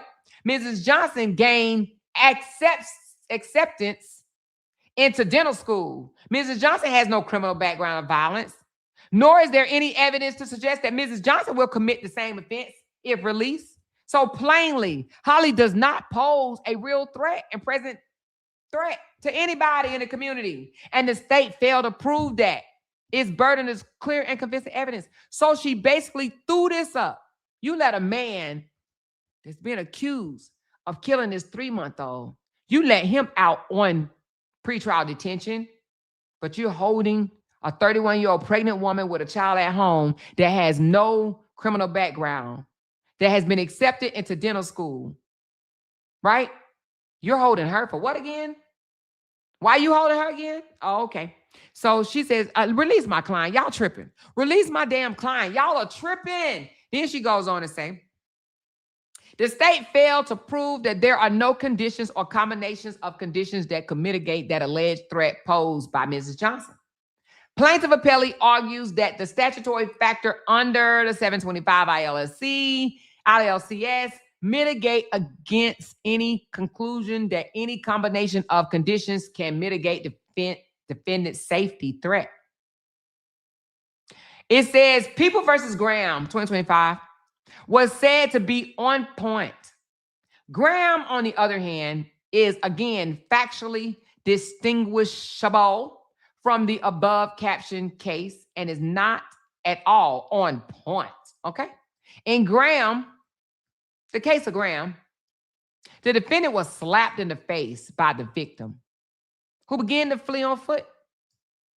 The defendant chased after the victim and fired multiple shots at him, also fleeing the scene in the vehicle.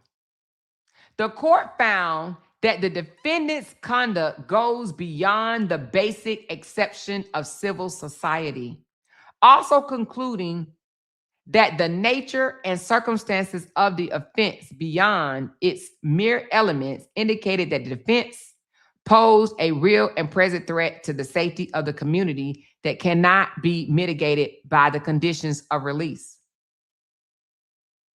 Okay. So basically, this case that they use in Graham was slapped in the face. And Graham took it upon himself because the person that slapped him and took off running. Graham took it upon himself to chase down the person that slapped him and then fired multiple shots at him and then fleeing with his vehicle. And the court said, yeah, there ain't shit that we can make sure that anybody else is safe, so you got to stay bound, right? But she says, in this case, the deceased did not run or move away from Ms. Johnson, and neither did Ms. Johnson pursue the deceased after or flee the scene. So she's saying you can't use these two together. This Graham, the person slapped this person and ran. So if Romika would have slapped her and took off running, if Holly would have ran behind her and shot her several times and then fled the scene, she said, okay, I understand you keeping my client detained. But that's not what my client did here. My client did the opposite. She said the deceased did not run away. So Romika didn't run away from Holly. And neither did Holly pursue Romika. Or neither did Holly flee the scene. It was confirmed by an unidentified and disinterested witness that both Mrs. Johnson and Romika were hitting each other. They were hitting each other. That's what it says here. The deceased was the aggressor. Romika was the aggressor. Whereas Holly held a gun. The deceased ran up and swung on Holly. The deceased also rushed at Holly when Holly shot, okay? Fired her shots. Looking beyond the nature and circumstances of the offense in this case, a person is absolutely justified in using force against another when they reasonably believe that such conduct is necessary to defend themselves against such others' intimate use of unlawful force. This was not thoroughly examined, nor considered by the state, nor by the circuit court. Right here, she says, this was not thoroughly examined by the state nor the circuit court when determining whether there are any conditions that could mitigate the alleged threat Mrs. Johnson is said to pose. In People versus Lopez, the court considered relevant factors about the defendant to conclude that the state failed to provide clear and convincing evidence that conditions of release cannot mitigate the threat posed by the defendant. People versus Lopez. There, the court acknowledged that defendant posed a loaded weapon, There, the court, so in the Lopez case, the court acknowledged that Lopez possessed a loaded weapon in the vicinity of a high school football game. However, the courts noted that Lopez was an 18-year-old high school graduate with no criminal history, living with his family, not involved in gang activity, was working, had no history of violent behavior, and also had a PSA score that recommended he be placed on no condition if released. The court found that consideration of the relevant factors weighed in favor of a determination that condition of pretrial release can mitigate any threat posed by the defendant. So she's saying in Lopez's case, he had a gun near high school, but he was released on no conditions. He was able to be released and didn't have no conditions. Why? Because he didn't have no violent past history. He had a PSA score that recommended to be placed on no conditions if released. He wasn't involved in no gang activity. He lived with his family. He was an 18-year-old high schooler with no criminal history. But he had a loaded weapon near a high school football game. And he was released. It said the courts found that consideration of the relevant factors weighed in his favor and determination that conditions of pretrial release can mitigate any threat. So if they did it for him, why can't do it for Holly? If they did it for this 18-year-old, why can't they do it for Holly? Ari is singing, "Do it for me. Oh, Lord, Lord, Lord, do it for me. If you did it for the 18-year-old, then you can do it for me." That is what Attorney Ari is saying. If you can do it for one, you can do it for another. So she goes on to say, essentially, consideration of Holly's age, employment, lack of criminal history and criminal violence, lawful gun owner, and her PSA score is relevant factors in determining whether Holly should be released with any condition. These factors weigh in Holly's favor of a determination that conditions of pre-trial release can mitigate any alleged threat posed. The state failed to thoroughly consider that these relevant factors and erred in its determination that there's no conditions or combinations of conditions that could mitigate Holly's alleged threat to others in the community. So before we get into the conclusion, Ari literally pointed out a lot of information. You did it for one, but you can't do it for my client. You use case laws that had very different outcomes or very different things that happen within, and you used it to try to keep my client locked up. But none of them was the same. Not even close. They tried to use case laws where you got people on probation, chasing down people, shooting people in the back, and things of that nature. And you tried to use that to say, y'all kept this person locked up, so you need to keep her locked up. Okay? She said, it's not the same. My client ain't them. My client didn't flee. My client went on probation. She wasn't unlawfully carrying. She didn't initiate the shit. And y'all still don't want to let her go? Okay. So conclusion, the state has failed to prove its burden by clear and convincing evidence that Mrs. Johnson should be detained pending trial, and this court should reverse the trial court order to keep Ms. Johnson detained. Wherefore, defendant appellate Khadijah Johnson respectfully requests that this honorable court vacate the trial court order for pre-trial detention. So she put it on the floor.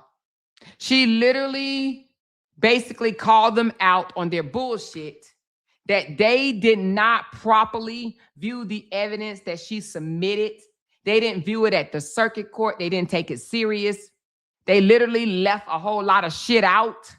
They disregarded the 911 call that separated the two women, the black woman versus the woman in the green. They just totally omitted that shit. They totally said that Romika was parked in front of Holly and Holly was wide open to just leave whenever she wanted to. They said, Ari said, no, fix this shit. You lied. In so many words. You lied to the appellate court. Fix this shit.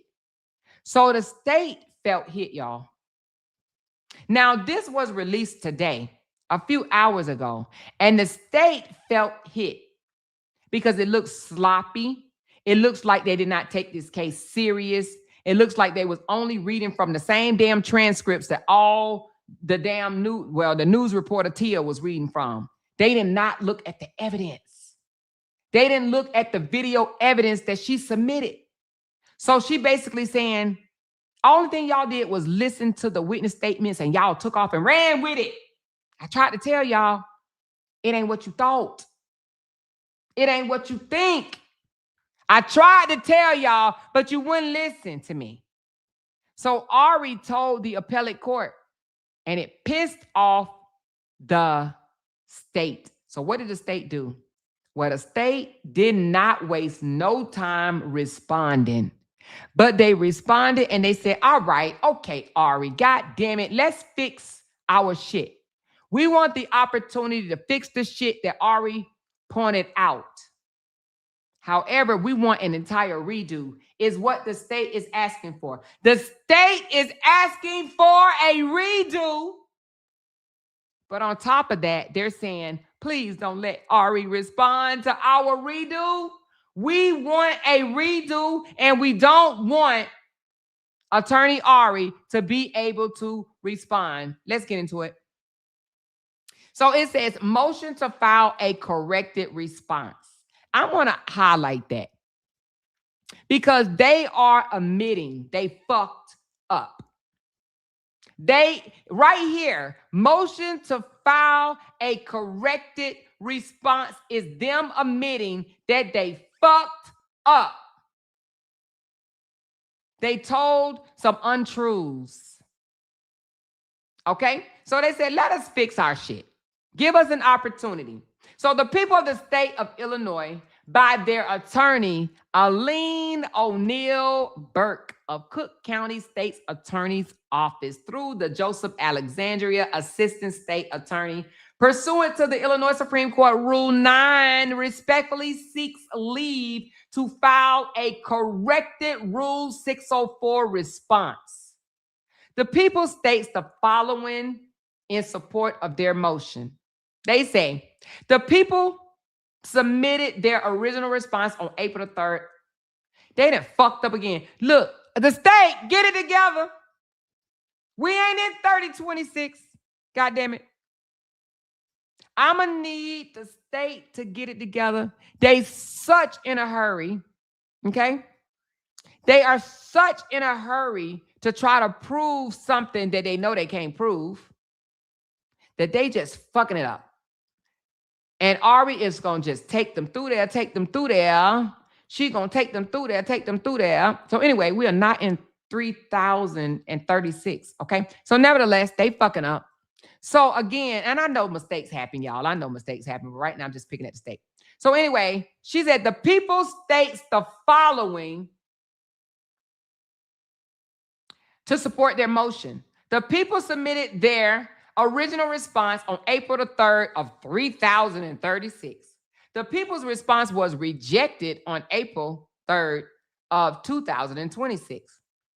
The people's response was rejected because the motion and response we required to be filed separately. On April the 6th, the people filed another motion to file a corrected response, okay? The response was rejected because multiple documents were submitted at once. All right, so right here, it looks like the state is saying, we tried to fix it before Ari pointed it out to us. She said, we tried to fix it on April the 3rd, but it was rejected because the motion, it says the people response was rejected because the motion and response was required to be filed separately. So she said, we tried to fix it, but it wouldn't let us. So on April the 6th, the people filed another motion to file a corrected response. So they tried to get to it before Ari called them out, but they wasn't able to. So she said the response was rejected because multiple documents were submitted. So basically, she's saying it was rejected on April the 3rd, and it was also rejected on April the 6th. So she's saying we tried to clean up our shit before Ari turned us, before she told our asshole, but it was rejected. That's not our fault. It was rejected.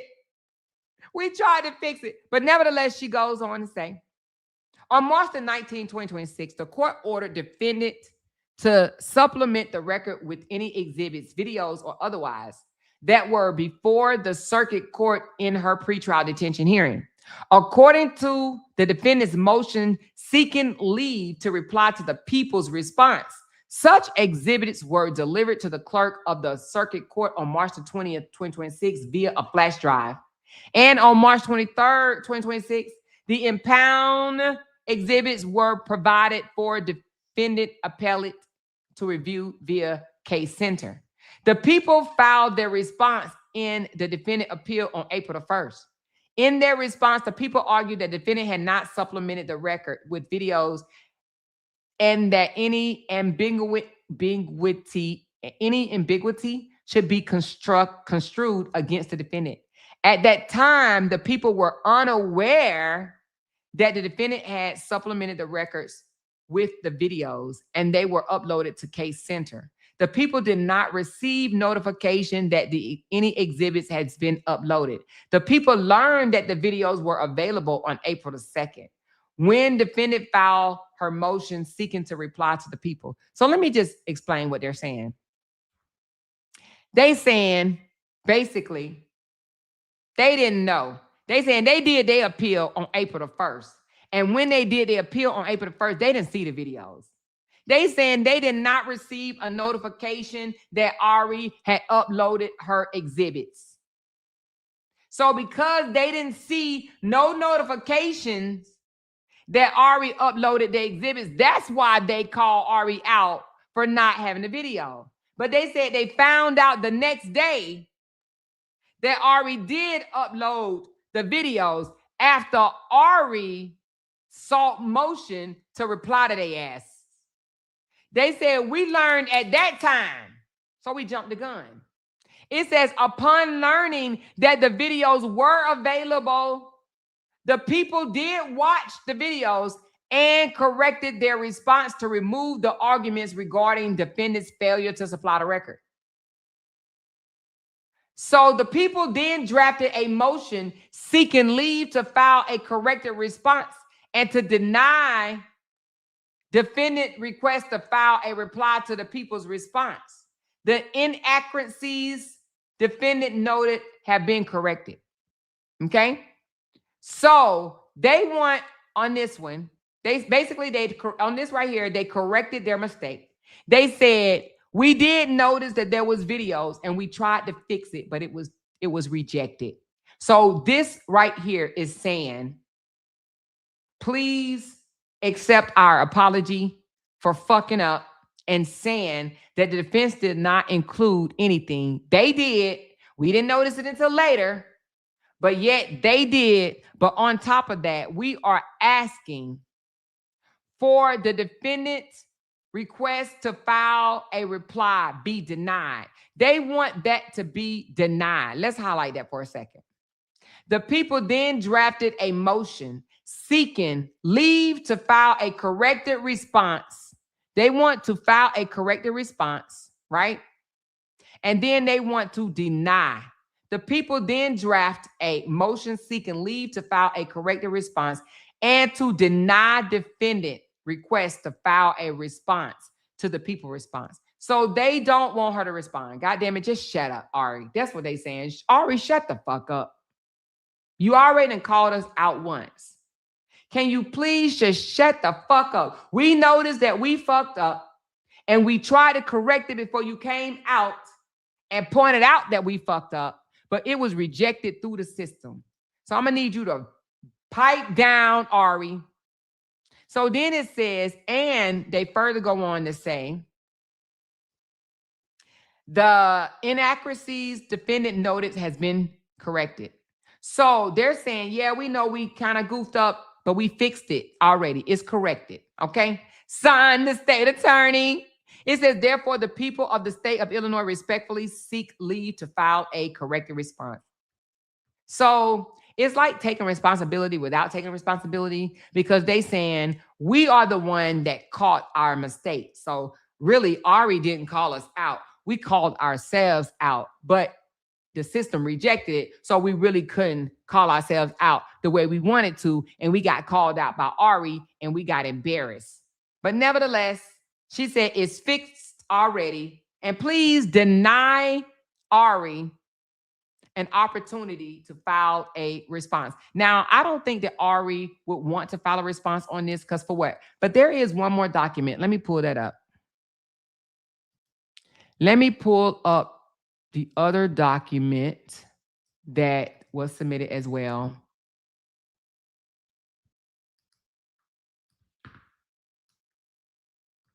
Hold on.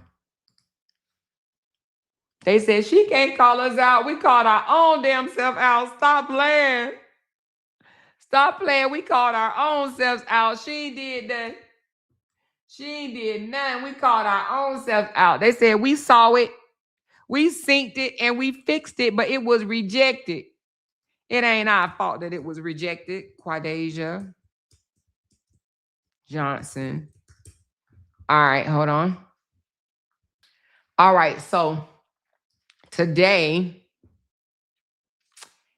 it looks like it's funny. The state said we didn't see it. We didn't see it. We didn't even see it. Okay, the 777. Okay, so motion to. Okay, so all right, here we go. So noting of filing, and then hold on. What is this? Proof of service. What is this one? One page. Let's find out what this is.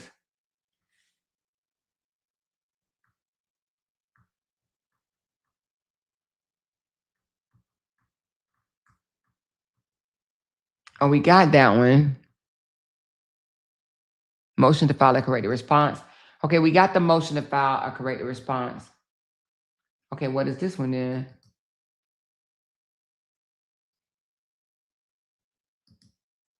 Hold on.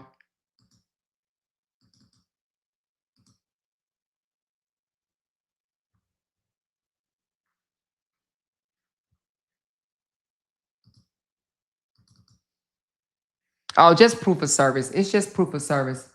You are hereby noted on April the 7th. We personally delivered the original and copies. Okay, that's all it is. It's just proof of service. I don't need to show y'all that. So anyway, so that's their 6-page response. They're basically telling the court, we stand corrected.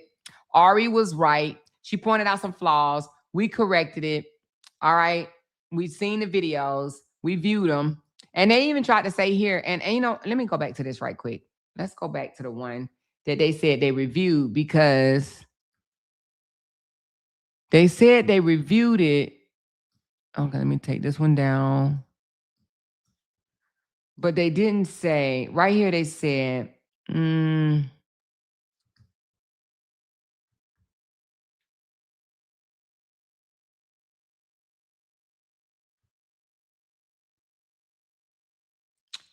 what they said they viewed it.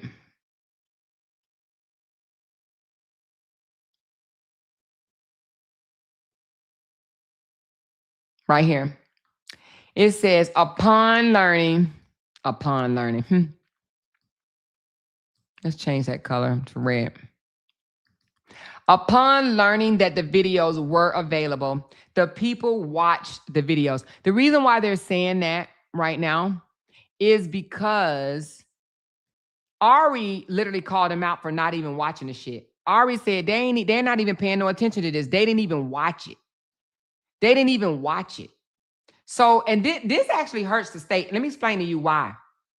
Because they were supposed to already see these videos at the circuit level. This is the appellate level.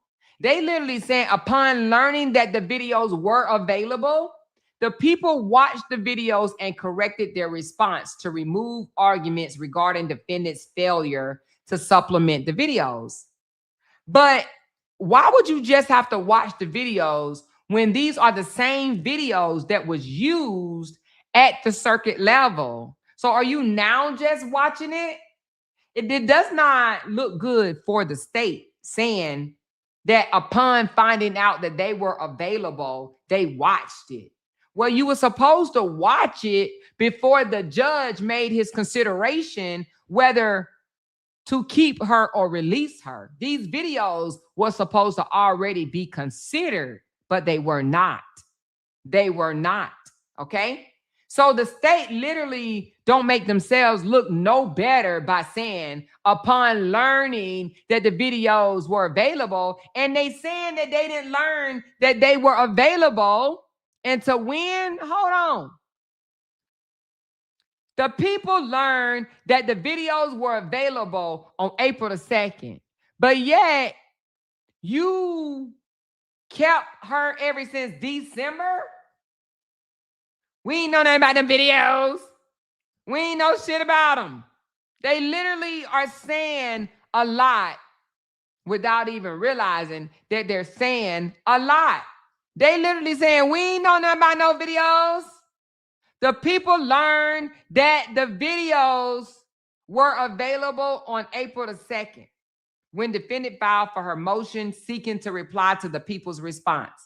But if these are the same exhibits and videos that were shown at the circuit level, then they should have already knew what was on the videos. And it should have already been taken into consideration. So that's not a good look for the state.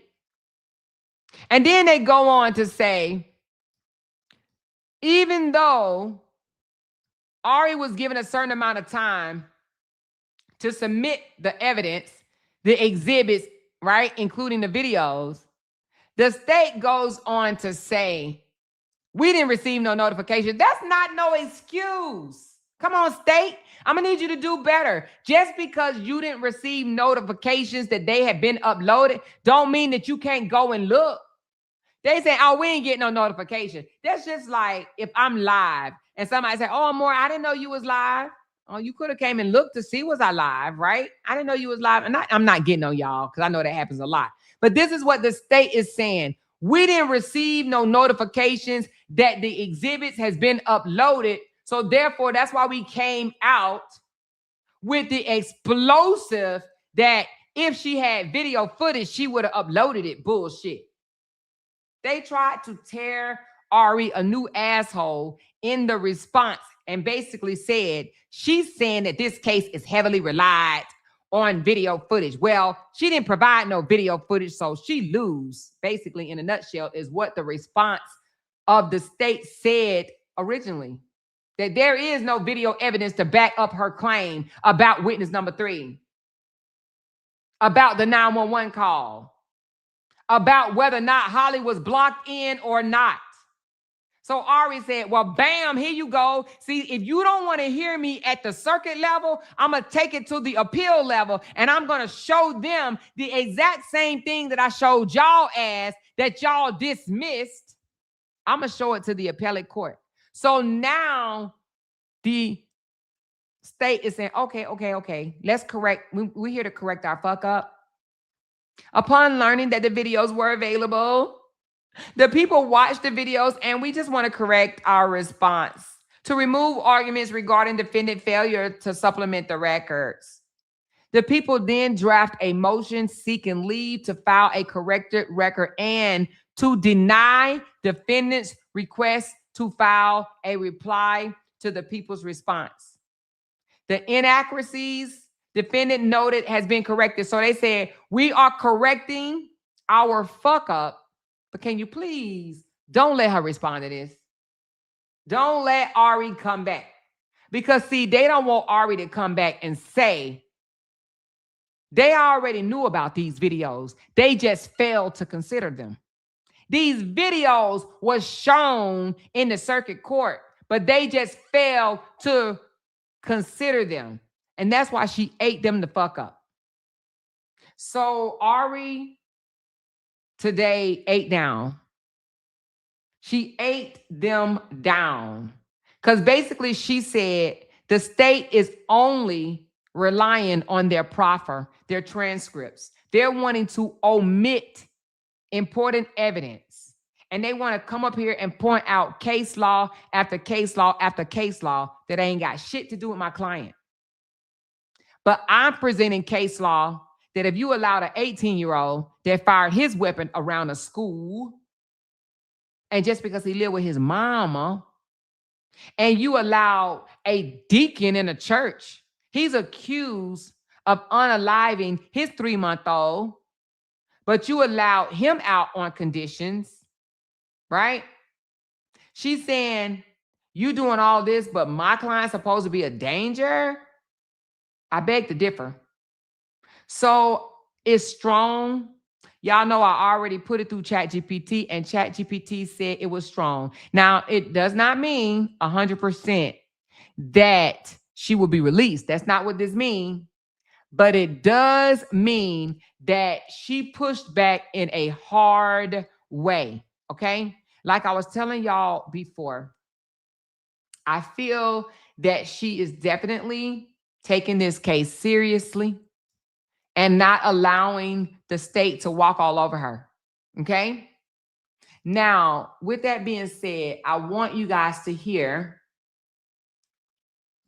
what ChatGPT said about Ari's response, okay? Let's listen to it. Now, of course, they're going to put it in a way differently than myself. Turn up your volumes, you guys. Yeah, I know my mouth big. So this one may not be as loud. Hold on. All right, this is a strong defense reply, and I'm going to break it down in a way that you can explain it clearly to your audience, LOUDTalkerz style, and also understand what really matters legally. What this filing is doing. This is the defense's final word, arguing. The trial court was wrong to deny pretrial release. The state's arguments are flawed, misleading, and incomplete. The appellate court should reverse detention and let her out with conditions. NSC strategy, 4 main attacks. 1, self-defense does have merit. The defense is saying the state tried to dismiss self-defense early, but self-defense still matters at this stage, intent plus context. Their key points: victim threatened to kill her previously. Victim pulled caller said, open quote, aggressor was the victim, close quote. Evidence shows hair pulled. Witness says victim ran up and swung first. Translation for your stream.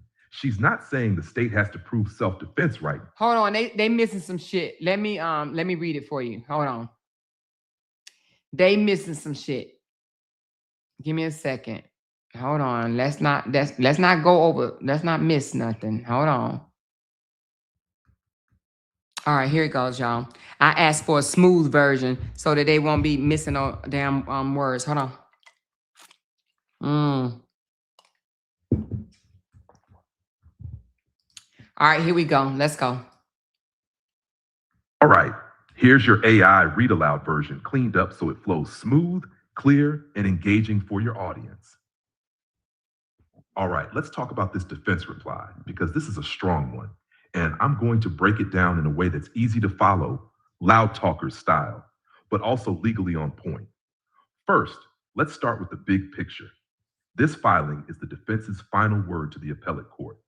They're arguing that the trial court was wrong to deny pretrial release, that the state's arguments are flawed and misleading, and that she should be released with conditions instead of being held. Now let's get into the real strategy, because the defense is coming with 4 main attacks. First, self-defense. The defense is saying the state tried to shut down the self-defense argument early, but that doesn't mean it doesn't matter. At this stage, intent and context still count. They're pointing to evidence that the victim had previously threatened her, that the victim showed up uninvited, and that even a 911 caller described the victim as the aggressor. On top of that, there are claims of hair pulling, a physical altercation, and a witness saying the victim ran up and swung first. So the translation for your stream is this. She's not saying the state has to prove self-defense right now. She's saying the evidence shows she wasn't the aggressor. Second, the defense is calling out the state for not even reviewing all the evidence. And this is big. They're basically saying the state argued this case without fully looking at the video evidence that was submitted. The court ordered the videos, the defense turned them in on time, and the state still filed their response, relying mainly on a written version of events. The defense is accusing them of misrepresenting key details, like the car positioning, the 911 calls, and the witness accounts. So, in plain terms, they argued a version of the story that ignores what the actual footage may show. That hits credibility. Third, the witnesses. This is a major point. The defense is going after witness reliability, especially witness 3.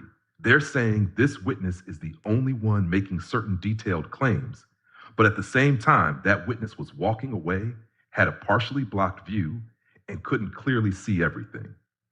Then there's witness 5, who wasn't even included in the original account and was observing from a distance or inside a building. So the takeaway here is simple.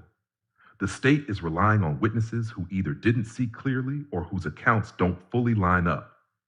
Fourth, the danger argument. This is critical when it comes to pretrial release. The defense is saying she is not a danger to the community, and they're backing that up with behavior. She was free for 87 days before being arrested.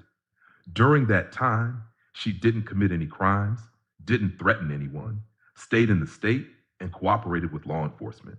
She also has no violent history, is pregnant, has a child, and was accepted into dental school. They also point out that the firearm was legally owned. So the message here is, if she were truly dangerous, we would have seen that during those 87 days. Fifth, conditions.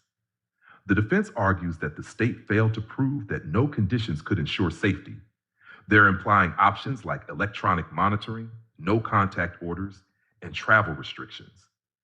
They even point to other cases where people were still granted release under conditions. So, what they're really saying is, even if there's concern, you can manage it without locking her up.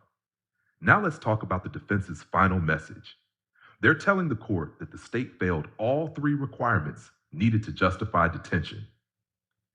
They didn't prove a strong enough case, they didn't prove she's a danger, and they didn't prove that conditions wouldn't work. So their bottom line is simple. Let her out. Now, if you're taking this to your live stream, here's how you frame it. The defense is basically telling the appellate court, you didn't fully consider the evidence, you're relying on questionable witnesses, and you're ignoring signs that she may not have been the aggressor. And on top of that, she was out for almost 3 months and didn't harm anyone. Right. So now the real question becomes, did the trial court make a decision based on an incomplete or one-sided story? Yep. Now, let me give you the real analysis. This was a very strategic reply. It attacks the state's credibility, Yep. reinforces the self-defense angle, Yep. and stays focused on the legal standard for pretrial release, not guilt. Yep. The strongest parts are the 911 caller suggesting the victim was the aggressor, the issues with witness 3, Yep. and those 87 days without incident. Yep. The weakest point is that there's still no video of the actual shooting, and the state is going to lean on that heavily. So, what happens next? Now it's in the appellate court's hands. They can affirm the detention and keep her locked up, reverse the decision and allow release with conditions, or send it back to the trial court to reconsider. And that's where things stand right now. Okay. That's where things stand right now. That's where things stand right now. However, let me let y'all listen to one more thing. 1 second. Let's listen to this one. Okay, hold on. Give me a second. Let's listen to this one.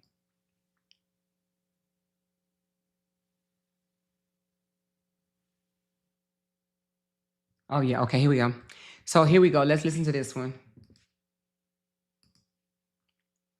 Here's your smooth AI read aloud version. Clean, flowing, and ready to hit on your live stream. All right, let's get into what the state just did, because this is a big deal. The state filed what's called a motion to file a corrected response. Now, in plain terms, what that means is they're asking the appellate court for permission to fix their original argument. And the reason they had to fix it, that's where it gets interesting. Originally, the state claimed that the defense did not submit any video evidence. But now they're admitting that the videos were, in fact, submitted. They're basically saying they didn't know or didn't check and only realized it after the defense called them out. Now let's pause right there because this is important. What this really means is that the state filed arguments to the appellate court without reviewing all of the evidence and then had to come back and say, we got that wrong. That's not a small mistake. That's a credibility issue. And here's the thing. The defense already exposed this. In their reply, they made it clear that the state didn't even review the video evidence. They argued that the state relied only on a written version of events, ignored the actual footage, and as a result, misrepresented key facts. Now let's talk about what the defense is doing here, because there are some strong moves in this reply. First, self-defense. The defense is not arguing that the state has to disprove self-defense at this stage. Instead, they're using it to show lack of intent and the presence of imminent danger. That's strategic. That's smart lawyering. Second, they caught the state slipping on case law. They pointed out that the state miscited cases and even referenced the wrong sections. And what that signals to the court is simple. You may not fully understand the legal authority you're relying on. Third, they built out a full self-defense narrative. They're stacking multiple pieces of evidence together. A 911 call describing two women fighting, suggesting the victim may have been the aggressor. Witness statements claiming the victim ran up and swung first. Physical signs of a struggle, like disheveled hair. And even prior threats, where the victim allegedly said she would kill her. All of that together paints a very different picture. Fourth, they go hard at witness 3. The defense argues that this witness was too far away, had an obstructed view, and gave inconsistent statements. So the message to the court is clear. This is not a reliable witness. Fifth, they flip the state's argument that she could have left. The state says she had the option to leave the situation. The defense says no, her car was blocked and the confrontation happened before she even had the chance to get away. And finally, they hit the not a threat argument. They emphasize that she was free for 87 days without committing any crimes, that the firearm was legally owned, that she has no violent history, and that she stayed at the scene. All of that directly speaks to whether she should be held or released before trial. So now, here's what the appellate court is looking at. On one side, you have the state, who didn't fully review the evidence and now has to correct their own filing. On the other side, you have the defense, who submitted the video, corrected the record, and pointed out multiple issues in the state's argument. So the big question becomes, does this help her? And the honest answer is yes, but not automatically. It helps because it weakens the state's credibility, strengthens the defense's position, and shows that the original review of the case may have been incomplete. But the appellate court still has to answer one key question. Did the trial judge make a legal error based on what they had at the time? And that's what this decision is ultimately going to come down to. Okay. That's what it's going to come down to, you guys. That's what it's going to come down to, you guys. Woo, child, baby. Listen, I had 400 people in here until my boyfriend started reading. And then my boyfriend started reading and they just flew up out of here. They done flew out. They got flew out somewhere. They do not want to hear that the state made a major issue, a major F up, okay? Let me read where they actually wanted the state to not reply. Hold on. Let's get to where they asked for the state to not reply. Give me a second. Let's get to that one. Let's get to the good part. Let's get to the good part where they wanted the state to not reply, baby. Please don't say nothing. Please don't say nothing. Just be quiet. Just be quiet. Is this it? Let me see if this is it. They did not want the state, not the state, I'm sorry. They did not want the defense to have the last word. They want to have the last word. All right, this is the last smooth AI read that we're going to listen to. This one is about them asking to deny the defense, an opportunity to file a response, okay? it's still, it's thinking right now. So it's going to finish up in a minute. Come on now. Let me read some of y'all comments why it's doing that. It says, let's support the host by sending a super chat or a super sticker. Somebody told me I met my goal. Did I meet my goal, y'all? If I met my goal while my boyfriend is, well, hold on. It might be finished. Oh, give me a second. It's finishing up. Oh, come on. What the world? Hold on. Let me hit refresh. Why is it taking so long to finish up? She said, yes, your goal been met a long time ago. Okay, let's pause for the cause. Let's celebrate our goal. And then we're going to come back and read the last one. We're going to hear the last one of the state asking for the appellate court to not, or really just to deny the defendant request to file a response. Okay, they do not want the defendant to be able to, well, you know what? Before we do the Goldman song, let's go ahead because it's up now. So let's go ahead and listen to that. And then we will listen to the goal. I mean, we will hear, we'll jam to our goal met. Okay. So listen to this one, you guys. Here we go. Here's your smooth AI read aloud version. Clean, confident, and perfect for your live stream delivery. All right, now this is where things get strategic. And honestly, just a little slick on the state's part. Let me break this down clearly so you can explain it with authority. The state is now asking the appellate court not to allow the defense to file a reply. That's the request. But here's where it gets interesting. The defense already asked for permission to file that reply. The court already granted it, and the defense already filed it. So now the question becomes, why is the state asking for this after the fact? And the answer is simple. Because that reply exposed them.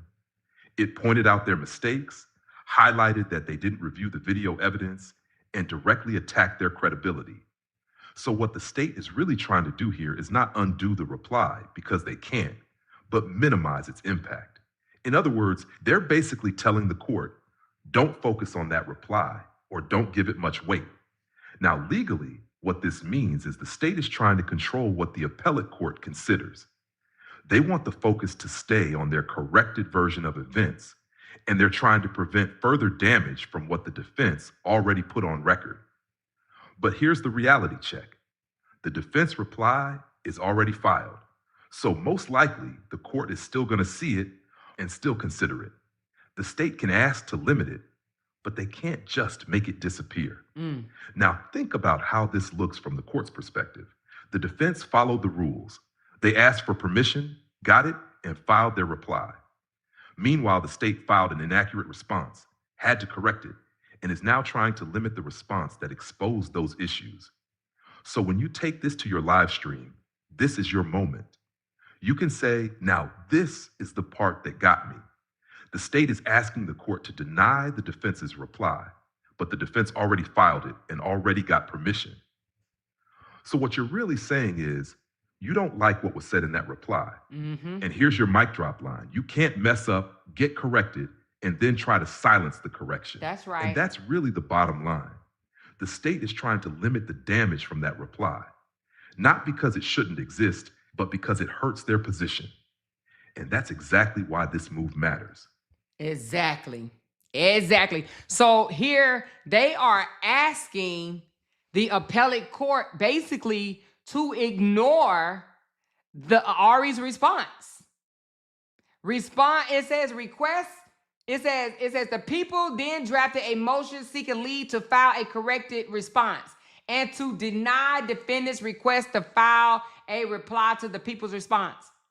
They like, our inaccuracies are corrected. Please ignore Ari's response. No, bruh. You can't do that. You should not have messed up in the first place. And Ari would not have had to file a response calling y'all out on y'all shit. They don't want Ari's response to be heard, but baby, it's already filed. And the way they have it, they listed Ari's first. So Ari filed her response first, and then they came behind Ari. So they got exposed. The state got exposed for basically, missing some very important information. The fact that they're like, we didn't see it, Your Honor. When we saw it, we watched it. But we didn't see it before then. Please forgive us. So anyway, y'all, the state just got called out. Now, I'm going to tell y'all something. I'm pretty sure a lot of y'all probably listen to other bloggers and, what they say. But trust and believe, they may try to downplay the state's mistake. But this ain't no downplay. The state made a big mistake. They filed a response without all the evidence. So their big kaboom, right? That they did in their response. And I told y'all, when I wrote their response, I said, ooh, y'all, this is a good one. This is a good one. I said they came with the heat. The state came with the heat. But Ari exposed a lot of inconsistencies. And one of the biggest ones is that they did not rely on all evidence submitted. They only relied on the transcripts and the proffer that was submitted. They didn't review no video. They said on their own, once learning that the videos were available, we watched it and then we corrected our response. Well, you shouldn't even have to correct your response if you would have done your job in the first place. Why are you going to submit something without all the evidence in the first place?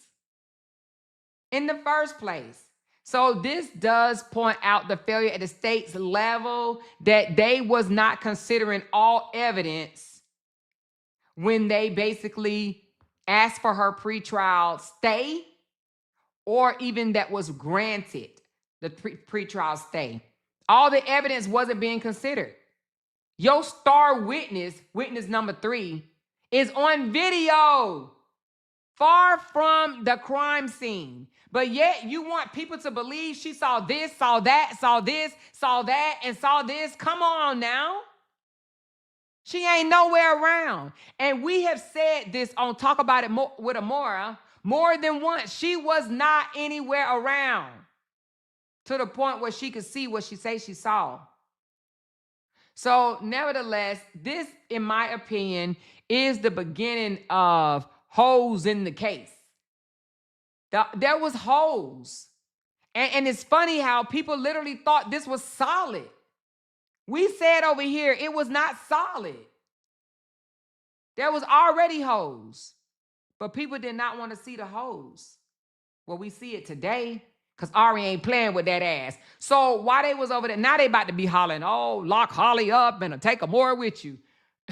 And they might tell them to take you too. But nevertheless, Ari called out the state today for not reviewing all the evidence. That is big. That's big. All the evidence is not taken in consideration. And then they tried to do some slick shit and literally cite a wrong case law. And Ari called that shit out. No. You citing a wrong case law. The state attorney shouldn't be making those type of mistakes. I understand people make mistakes, but the state attorney should have checked that twice, 3 times, 4 times, or whatever, She said, you know what's scary? Our response about what happened is similar to what Quadre said he saw on the CPD pod video on his laptop. See, I wasn't really paying no attention to Quadre, so I'm not sure what he said he saw. I hope the appellate court dismissed the case because of the state messed this case up. And yes, they can. I looked it up. Oh, they can dismiss it? I don't know if they can. So if you already looked that up, kudos to you. I don't know if they can dismiss the case. I think that they have to just go by what was presented to them. And what's presented to them right now is just they're just requesting to have her released from detention. Okay? Just released from detention. So, if you ask me, Amora, do you think that she will be released? I'm going to give my opinion and say yes. I think this was a very strong argument from Ari. I think that they identified some weaknesses in the state's case. One being that there is video evidence that their star witness is all over the place. They tracked her whereabouts, and we had tried to say that, and they were like, well, the circuit court judge said that she could have seen it.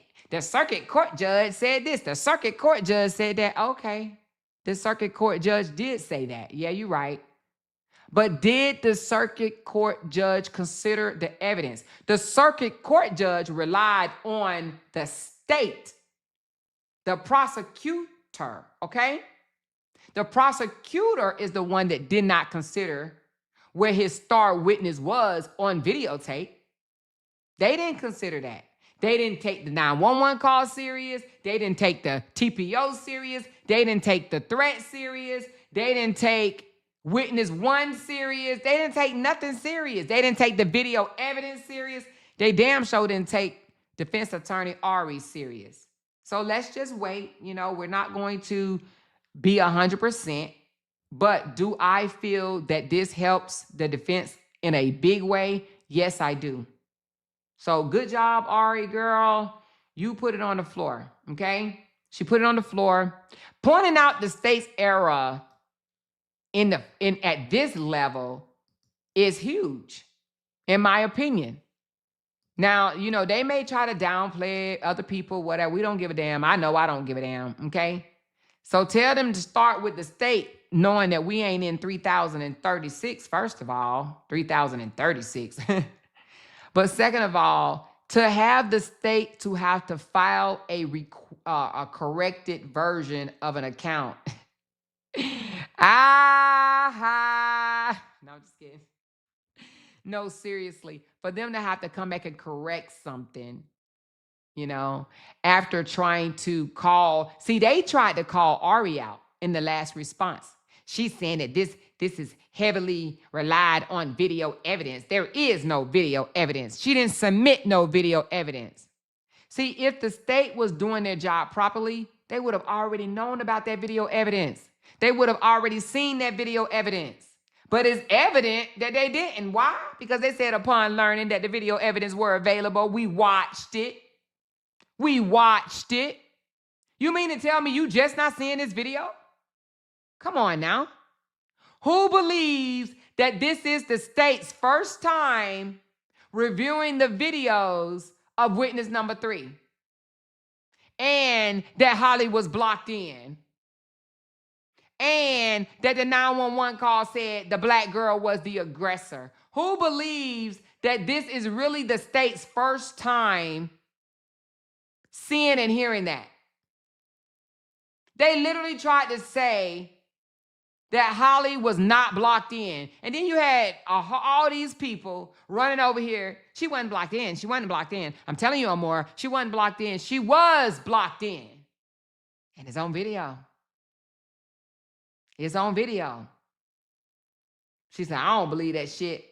So anyway, this case is definitely an interesting one. But y'all, let's pause for the calls because y'all poured into your girl yet again, and I appreciate it. So let's play our Go Met song, y'all. Go Met, yeah, it's up now. Big super chest, hit up, cash sound, screen say go. That's facts now. Run it up right now. Go Met, yeah, it's up now. Big super chest, hit up, cash sound, screen say go. That's facts now. Run it up right now. Go Met, yeah, it's up now. Big super chest, hit up, cash sound, screen say go. That's facts now. Run it up right now. Go Met, yeah, it's up now. Big super chest, hit up, cash sound, screen say go. That's facts now. Run it up right now. Go Met, yeah, it's up now. Big super chest, hit up, cash sound, screen say go. That's facts now. Run it up right now. Go Met, yeah, it's up now. Big super chest, hit up, cash sound, screen say go. That's facts now. Run it up right now.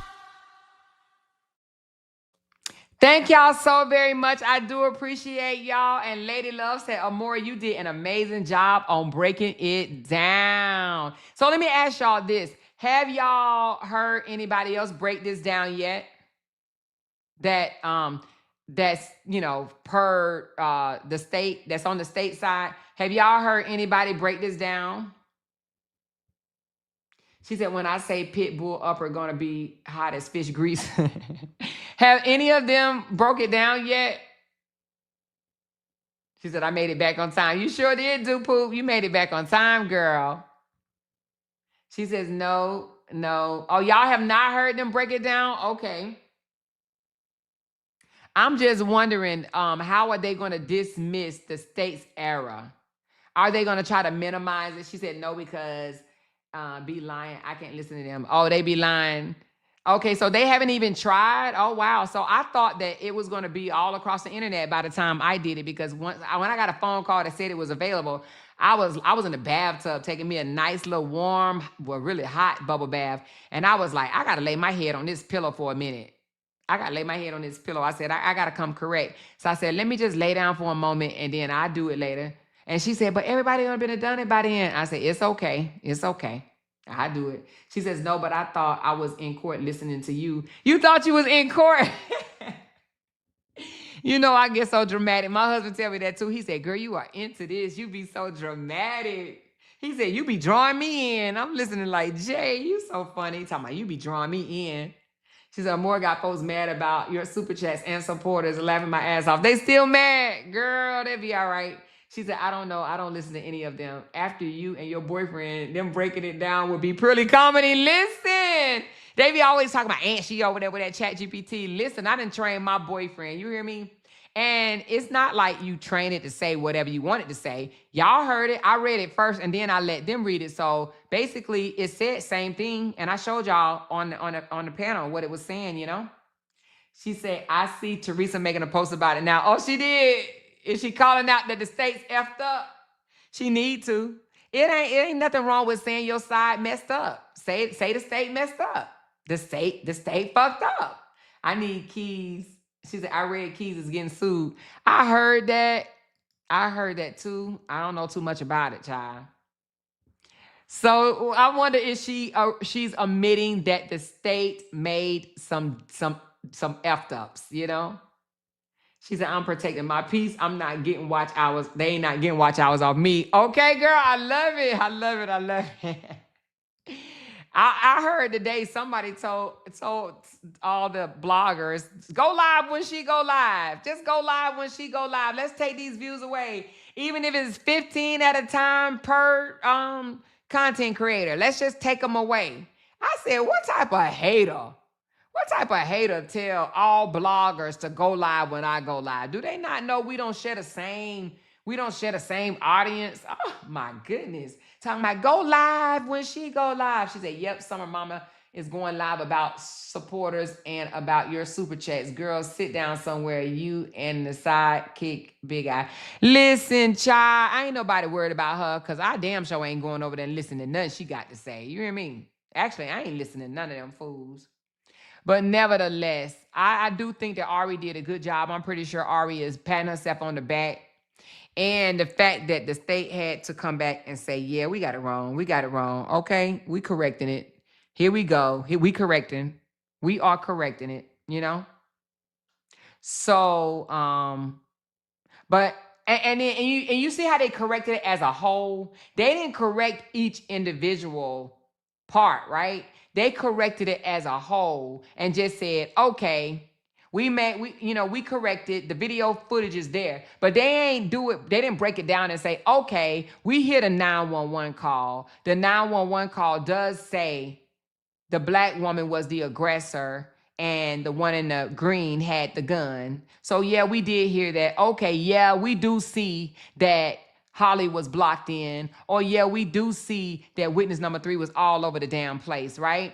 So they don't do the eaches, they just do an overview, like they generalize it. Okay, we want to correct the file.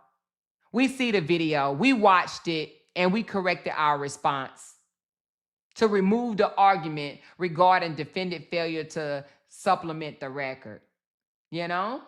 So I just feel like, they still trying to downplay it. But for them to say, deny defendant's request to file a reply to the people, they do not want the appellate courts to consider Ari's exposure of them, because that's what she did. She exposed their hands. She exposed their shortcomings. But it's too late. Ari did a reply, and it will be considered. And it has to be considered because her reply came in before theirs. And they're like, but wait a minute, we tried to submit it the day after, and it was rejected. We tried in 3036, and they threw that shit back. And then they threw it back again on April the 6th. So the state is saying we tried to stop the exposure, but the system rejected it because it was too many papers filed. They said, what they say, it says the response was rejected because multiple documents were submitted at once. They probably was shoving shit down that damn thing. Let's get it in. No, too late. She got your ass. She said they expected Holly to take a plea, and they probably did. You probably right. They expected Holly to take a plea. And, I got to say this. I don't even know who the state attorneys are that's fighting this case. And to be honest with you, I don't even know what color they are. But I think I'm just going to say it, y'all. I think that because they looked at Ari's record, okay? And Ari does not have a lot of first-degree murder cases. I don't think she has any that she was the lead attorney. She's worked on some, but I don't think that she was the lead attorney on any first-degree murder case. So I think this is her first one. And I believe that they looked at the color of her skin and the fact that she is inexperienced at fighting a first-degree case. And you are absolutely right. They underestimated her. Now, I'm not saying she won. This ain't no total win. We ain't in the whole clear. But just the fact that she's pointing out their flaws, and I'm sure she's probably getting help from someone, but the fact that she's pointing out their flaws, they are going to turn up the volume because they see that this sister girl ain't playing with their ass. And I'm going to tell you something about Black people. I'm going to go as far as saying Black women. Y'all know we don't like to be underestimated. We don't like to be proven wrong. Okay? So what we do, we step up on our own damn selves. Sometimes we chin check ourselves. And we say, we got to get this right. So I believe that she's taking this case serious because she know they doubted her. They doubted her capabilities as an attorney and as a defense attorney in a first-degree murder trial. They doubted her. I even had people tell me, Amora, she doesn't have on her record that she fought a first-degree case. Well, you got to start somewhere. You got to start somewhere. She will after this. She'll have it on her record after this. So you have to start somewhere.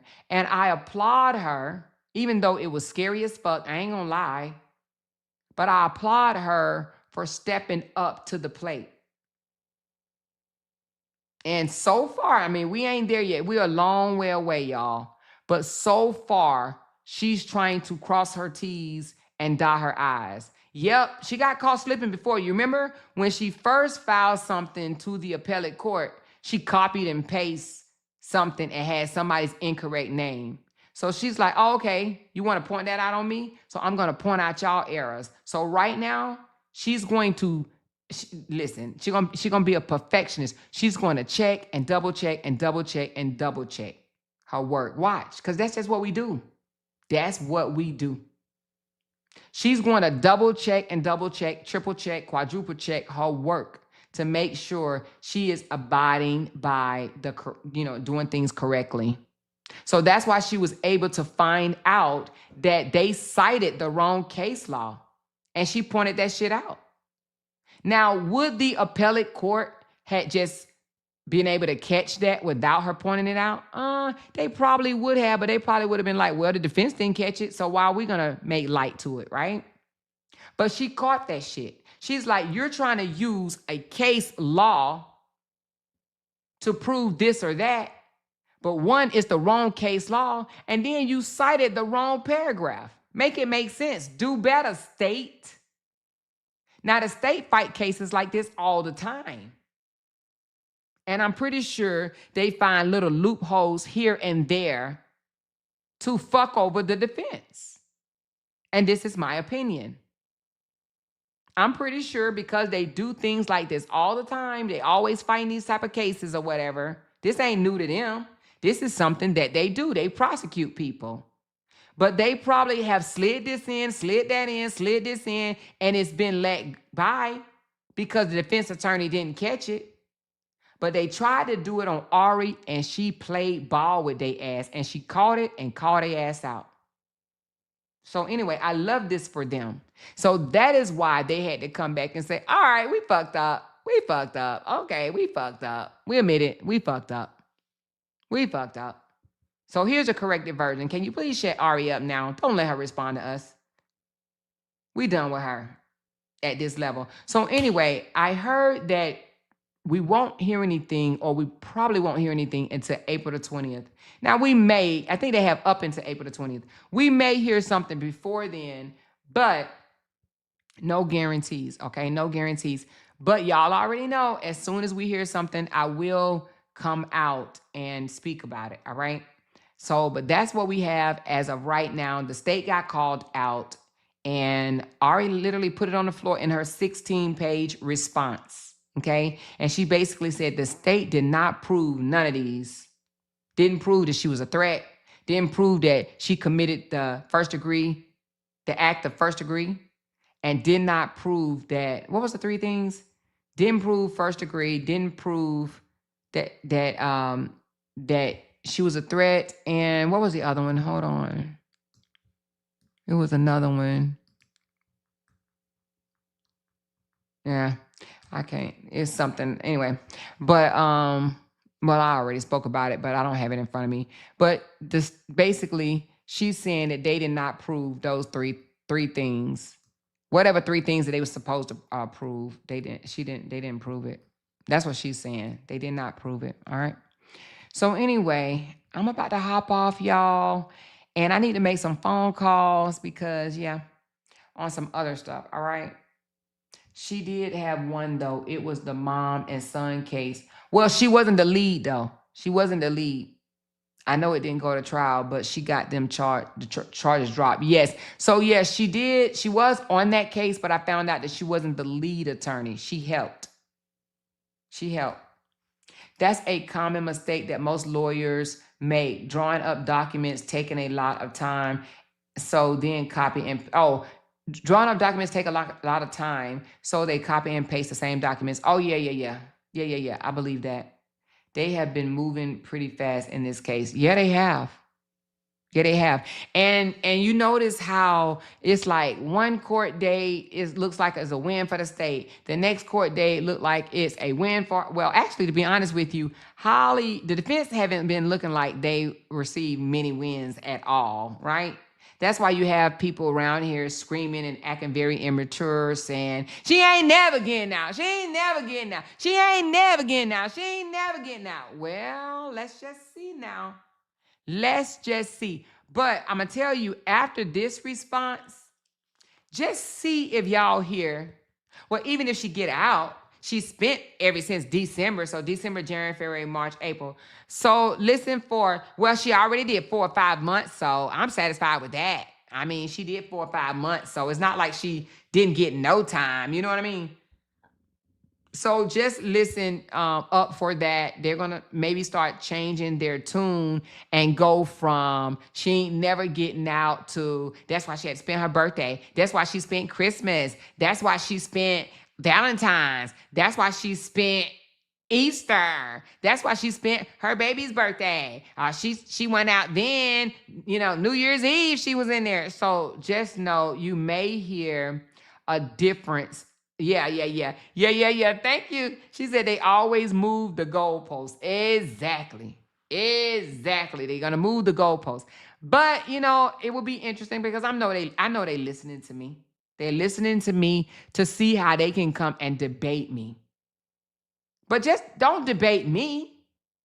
Just debate what's submitted. Debate what the state did and what Ari did. Don't debate me. That's why I don't understand. They go to their channels to debate me. Don't debate me. Debate what the paperwork says. But see, what they'll do is they'll go over there and they'll try to debate what Amora said, what Real T said, what Amber said. No, debate the paperwork, baby. Debate the paperwork. So nevertheless, she said they already saying it. So they already done moved the goalposts already? Well, like I said, that's only expected. She already did 4 or 5 months. It's okay. I'm cool with that. I'm cool with that. I'm so cool with that. You know? Yeah, okay. So nevertheless, y'all, it's 10:53, almost 11 o'clock. She said during her time on the bench, Justice Burke have been asked every year to serve as judicial education faculty member, teaching both trial court and appellate court judge. What does that mean? So she should know better. Is that what you're saying? She should know better than to be making these damn mistakes. Is that what you're saying? She's been asked to be and she's a former judge making mistakes like this. Well, damn. She should know better. To know that information and to know that, but I don't know, did she submit it? Let me see, hold on. Let me see, did she submit it or did somebody else submit this? Let me see. Oh, yeah, she did. Elaine. Yeah, what's her name? Aline O'Neill?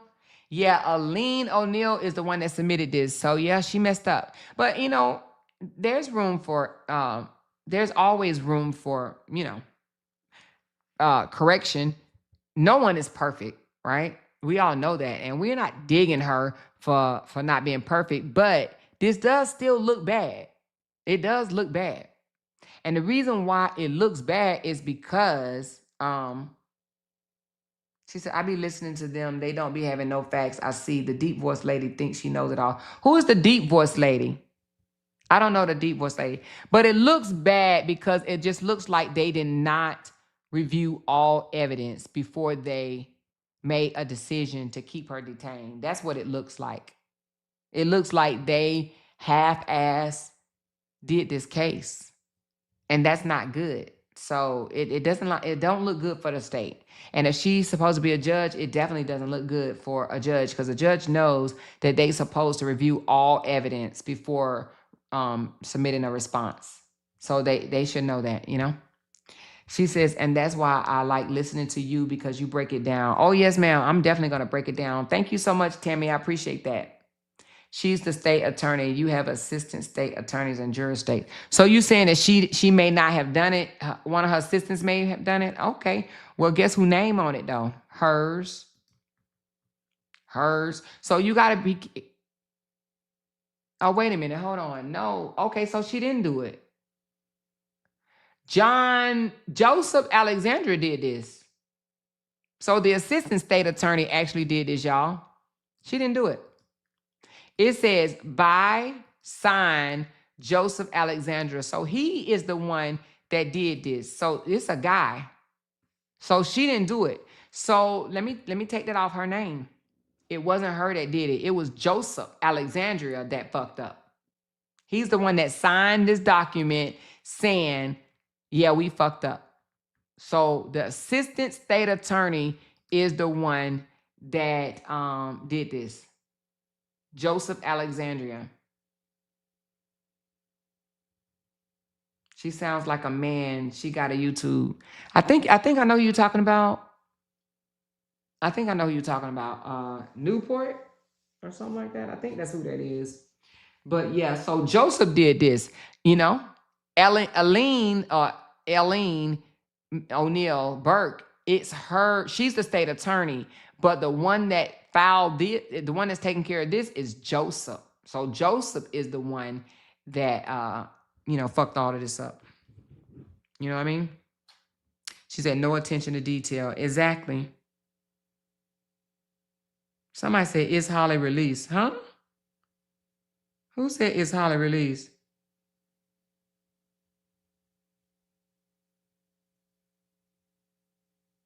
Oh, okay. They said, is Holly released? No, not yet. Not yet. Not yet. All right, y'all. But y'all hit this thumbs up button for your girl. I appreciate the love. I appreciate the support. And we'll come back tomorrow because I got to make a phone call before this person goes to bed. And so I got to make a phone call. And then, y'all, I'm going to get me some shut eye myself. Okay.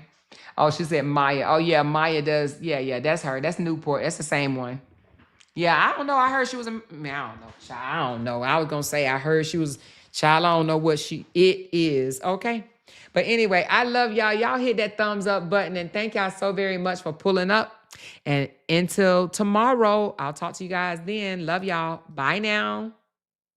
Because they can't make $1 without mentioning down one of our names. She kept talking about that family. Hoes over there about She kept talking about that family. She kept talking about that family. She kept talking about that family. She kept talking about that family. That family. She kept talking about that family. Talking about that family. These motherfuckers got me want to listen. Because they can't make $1 without mentioning down one of our names.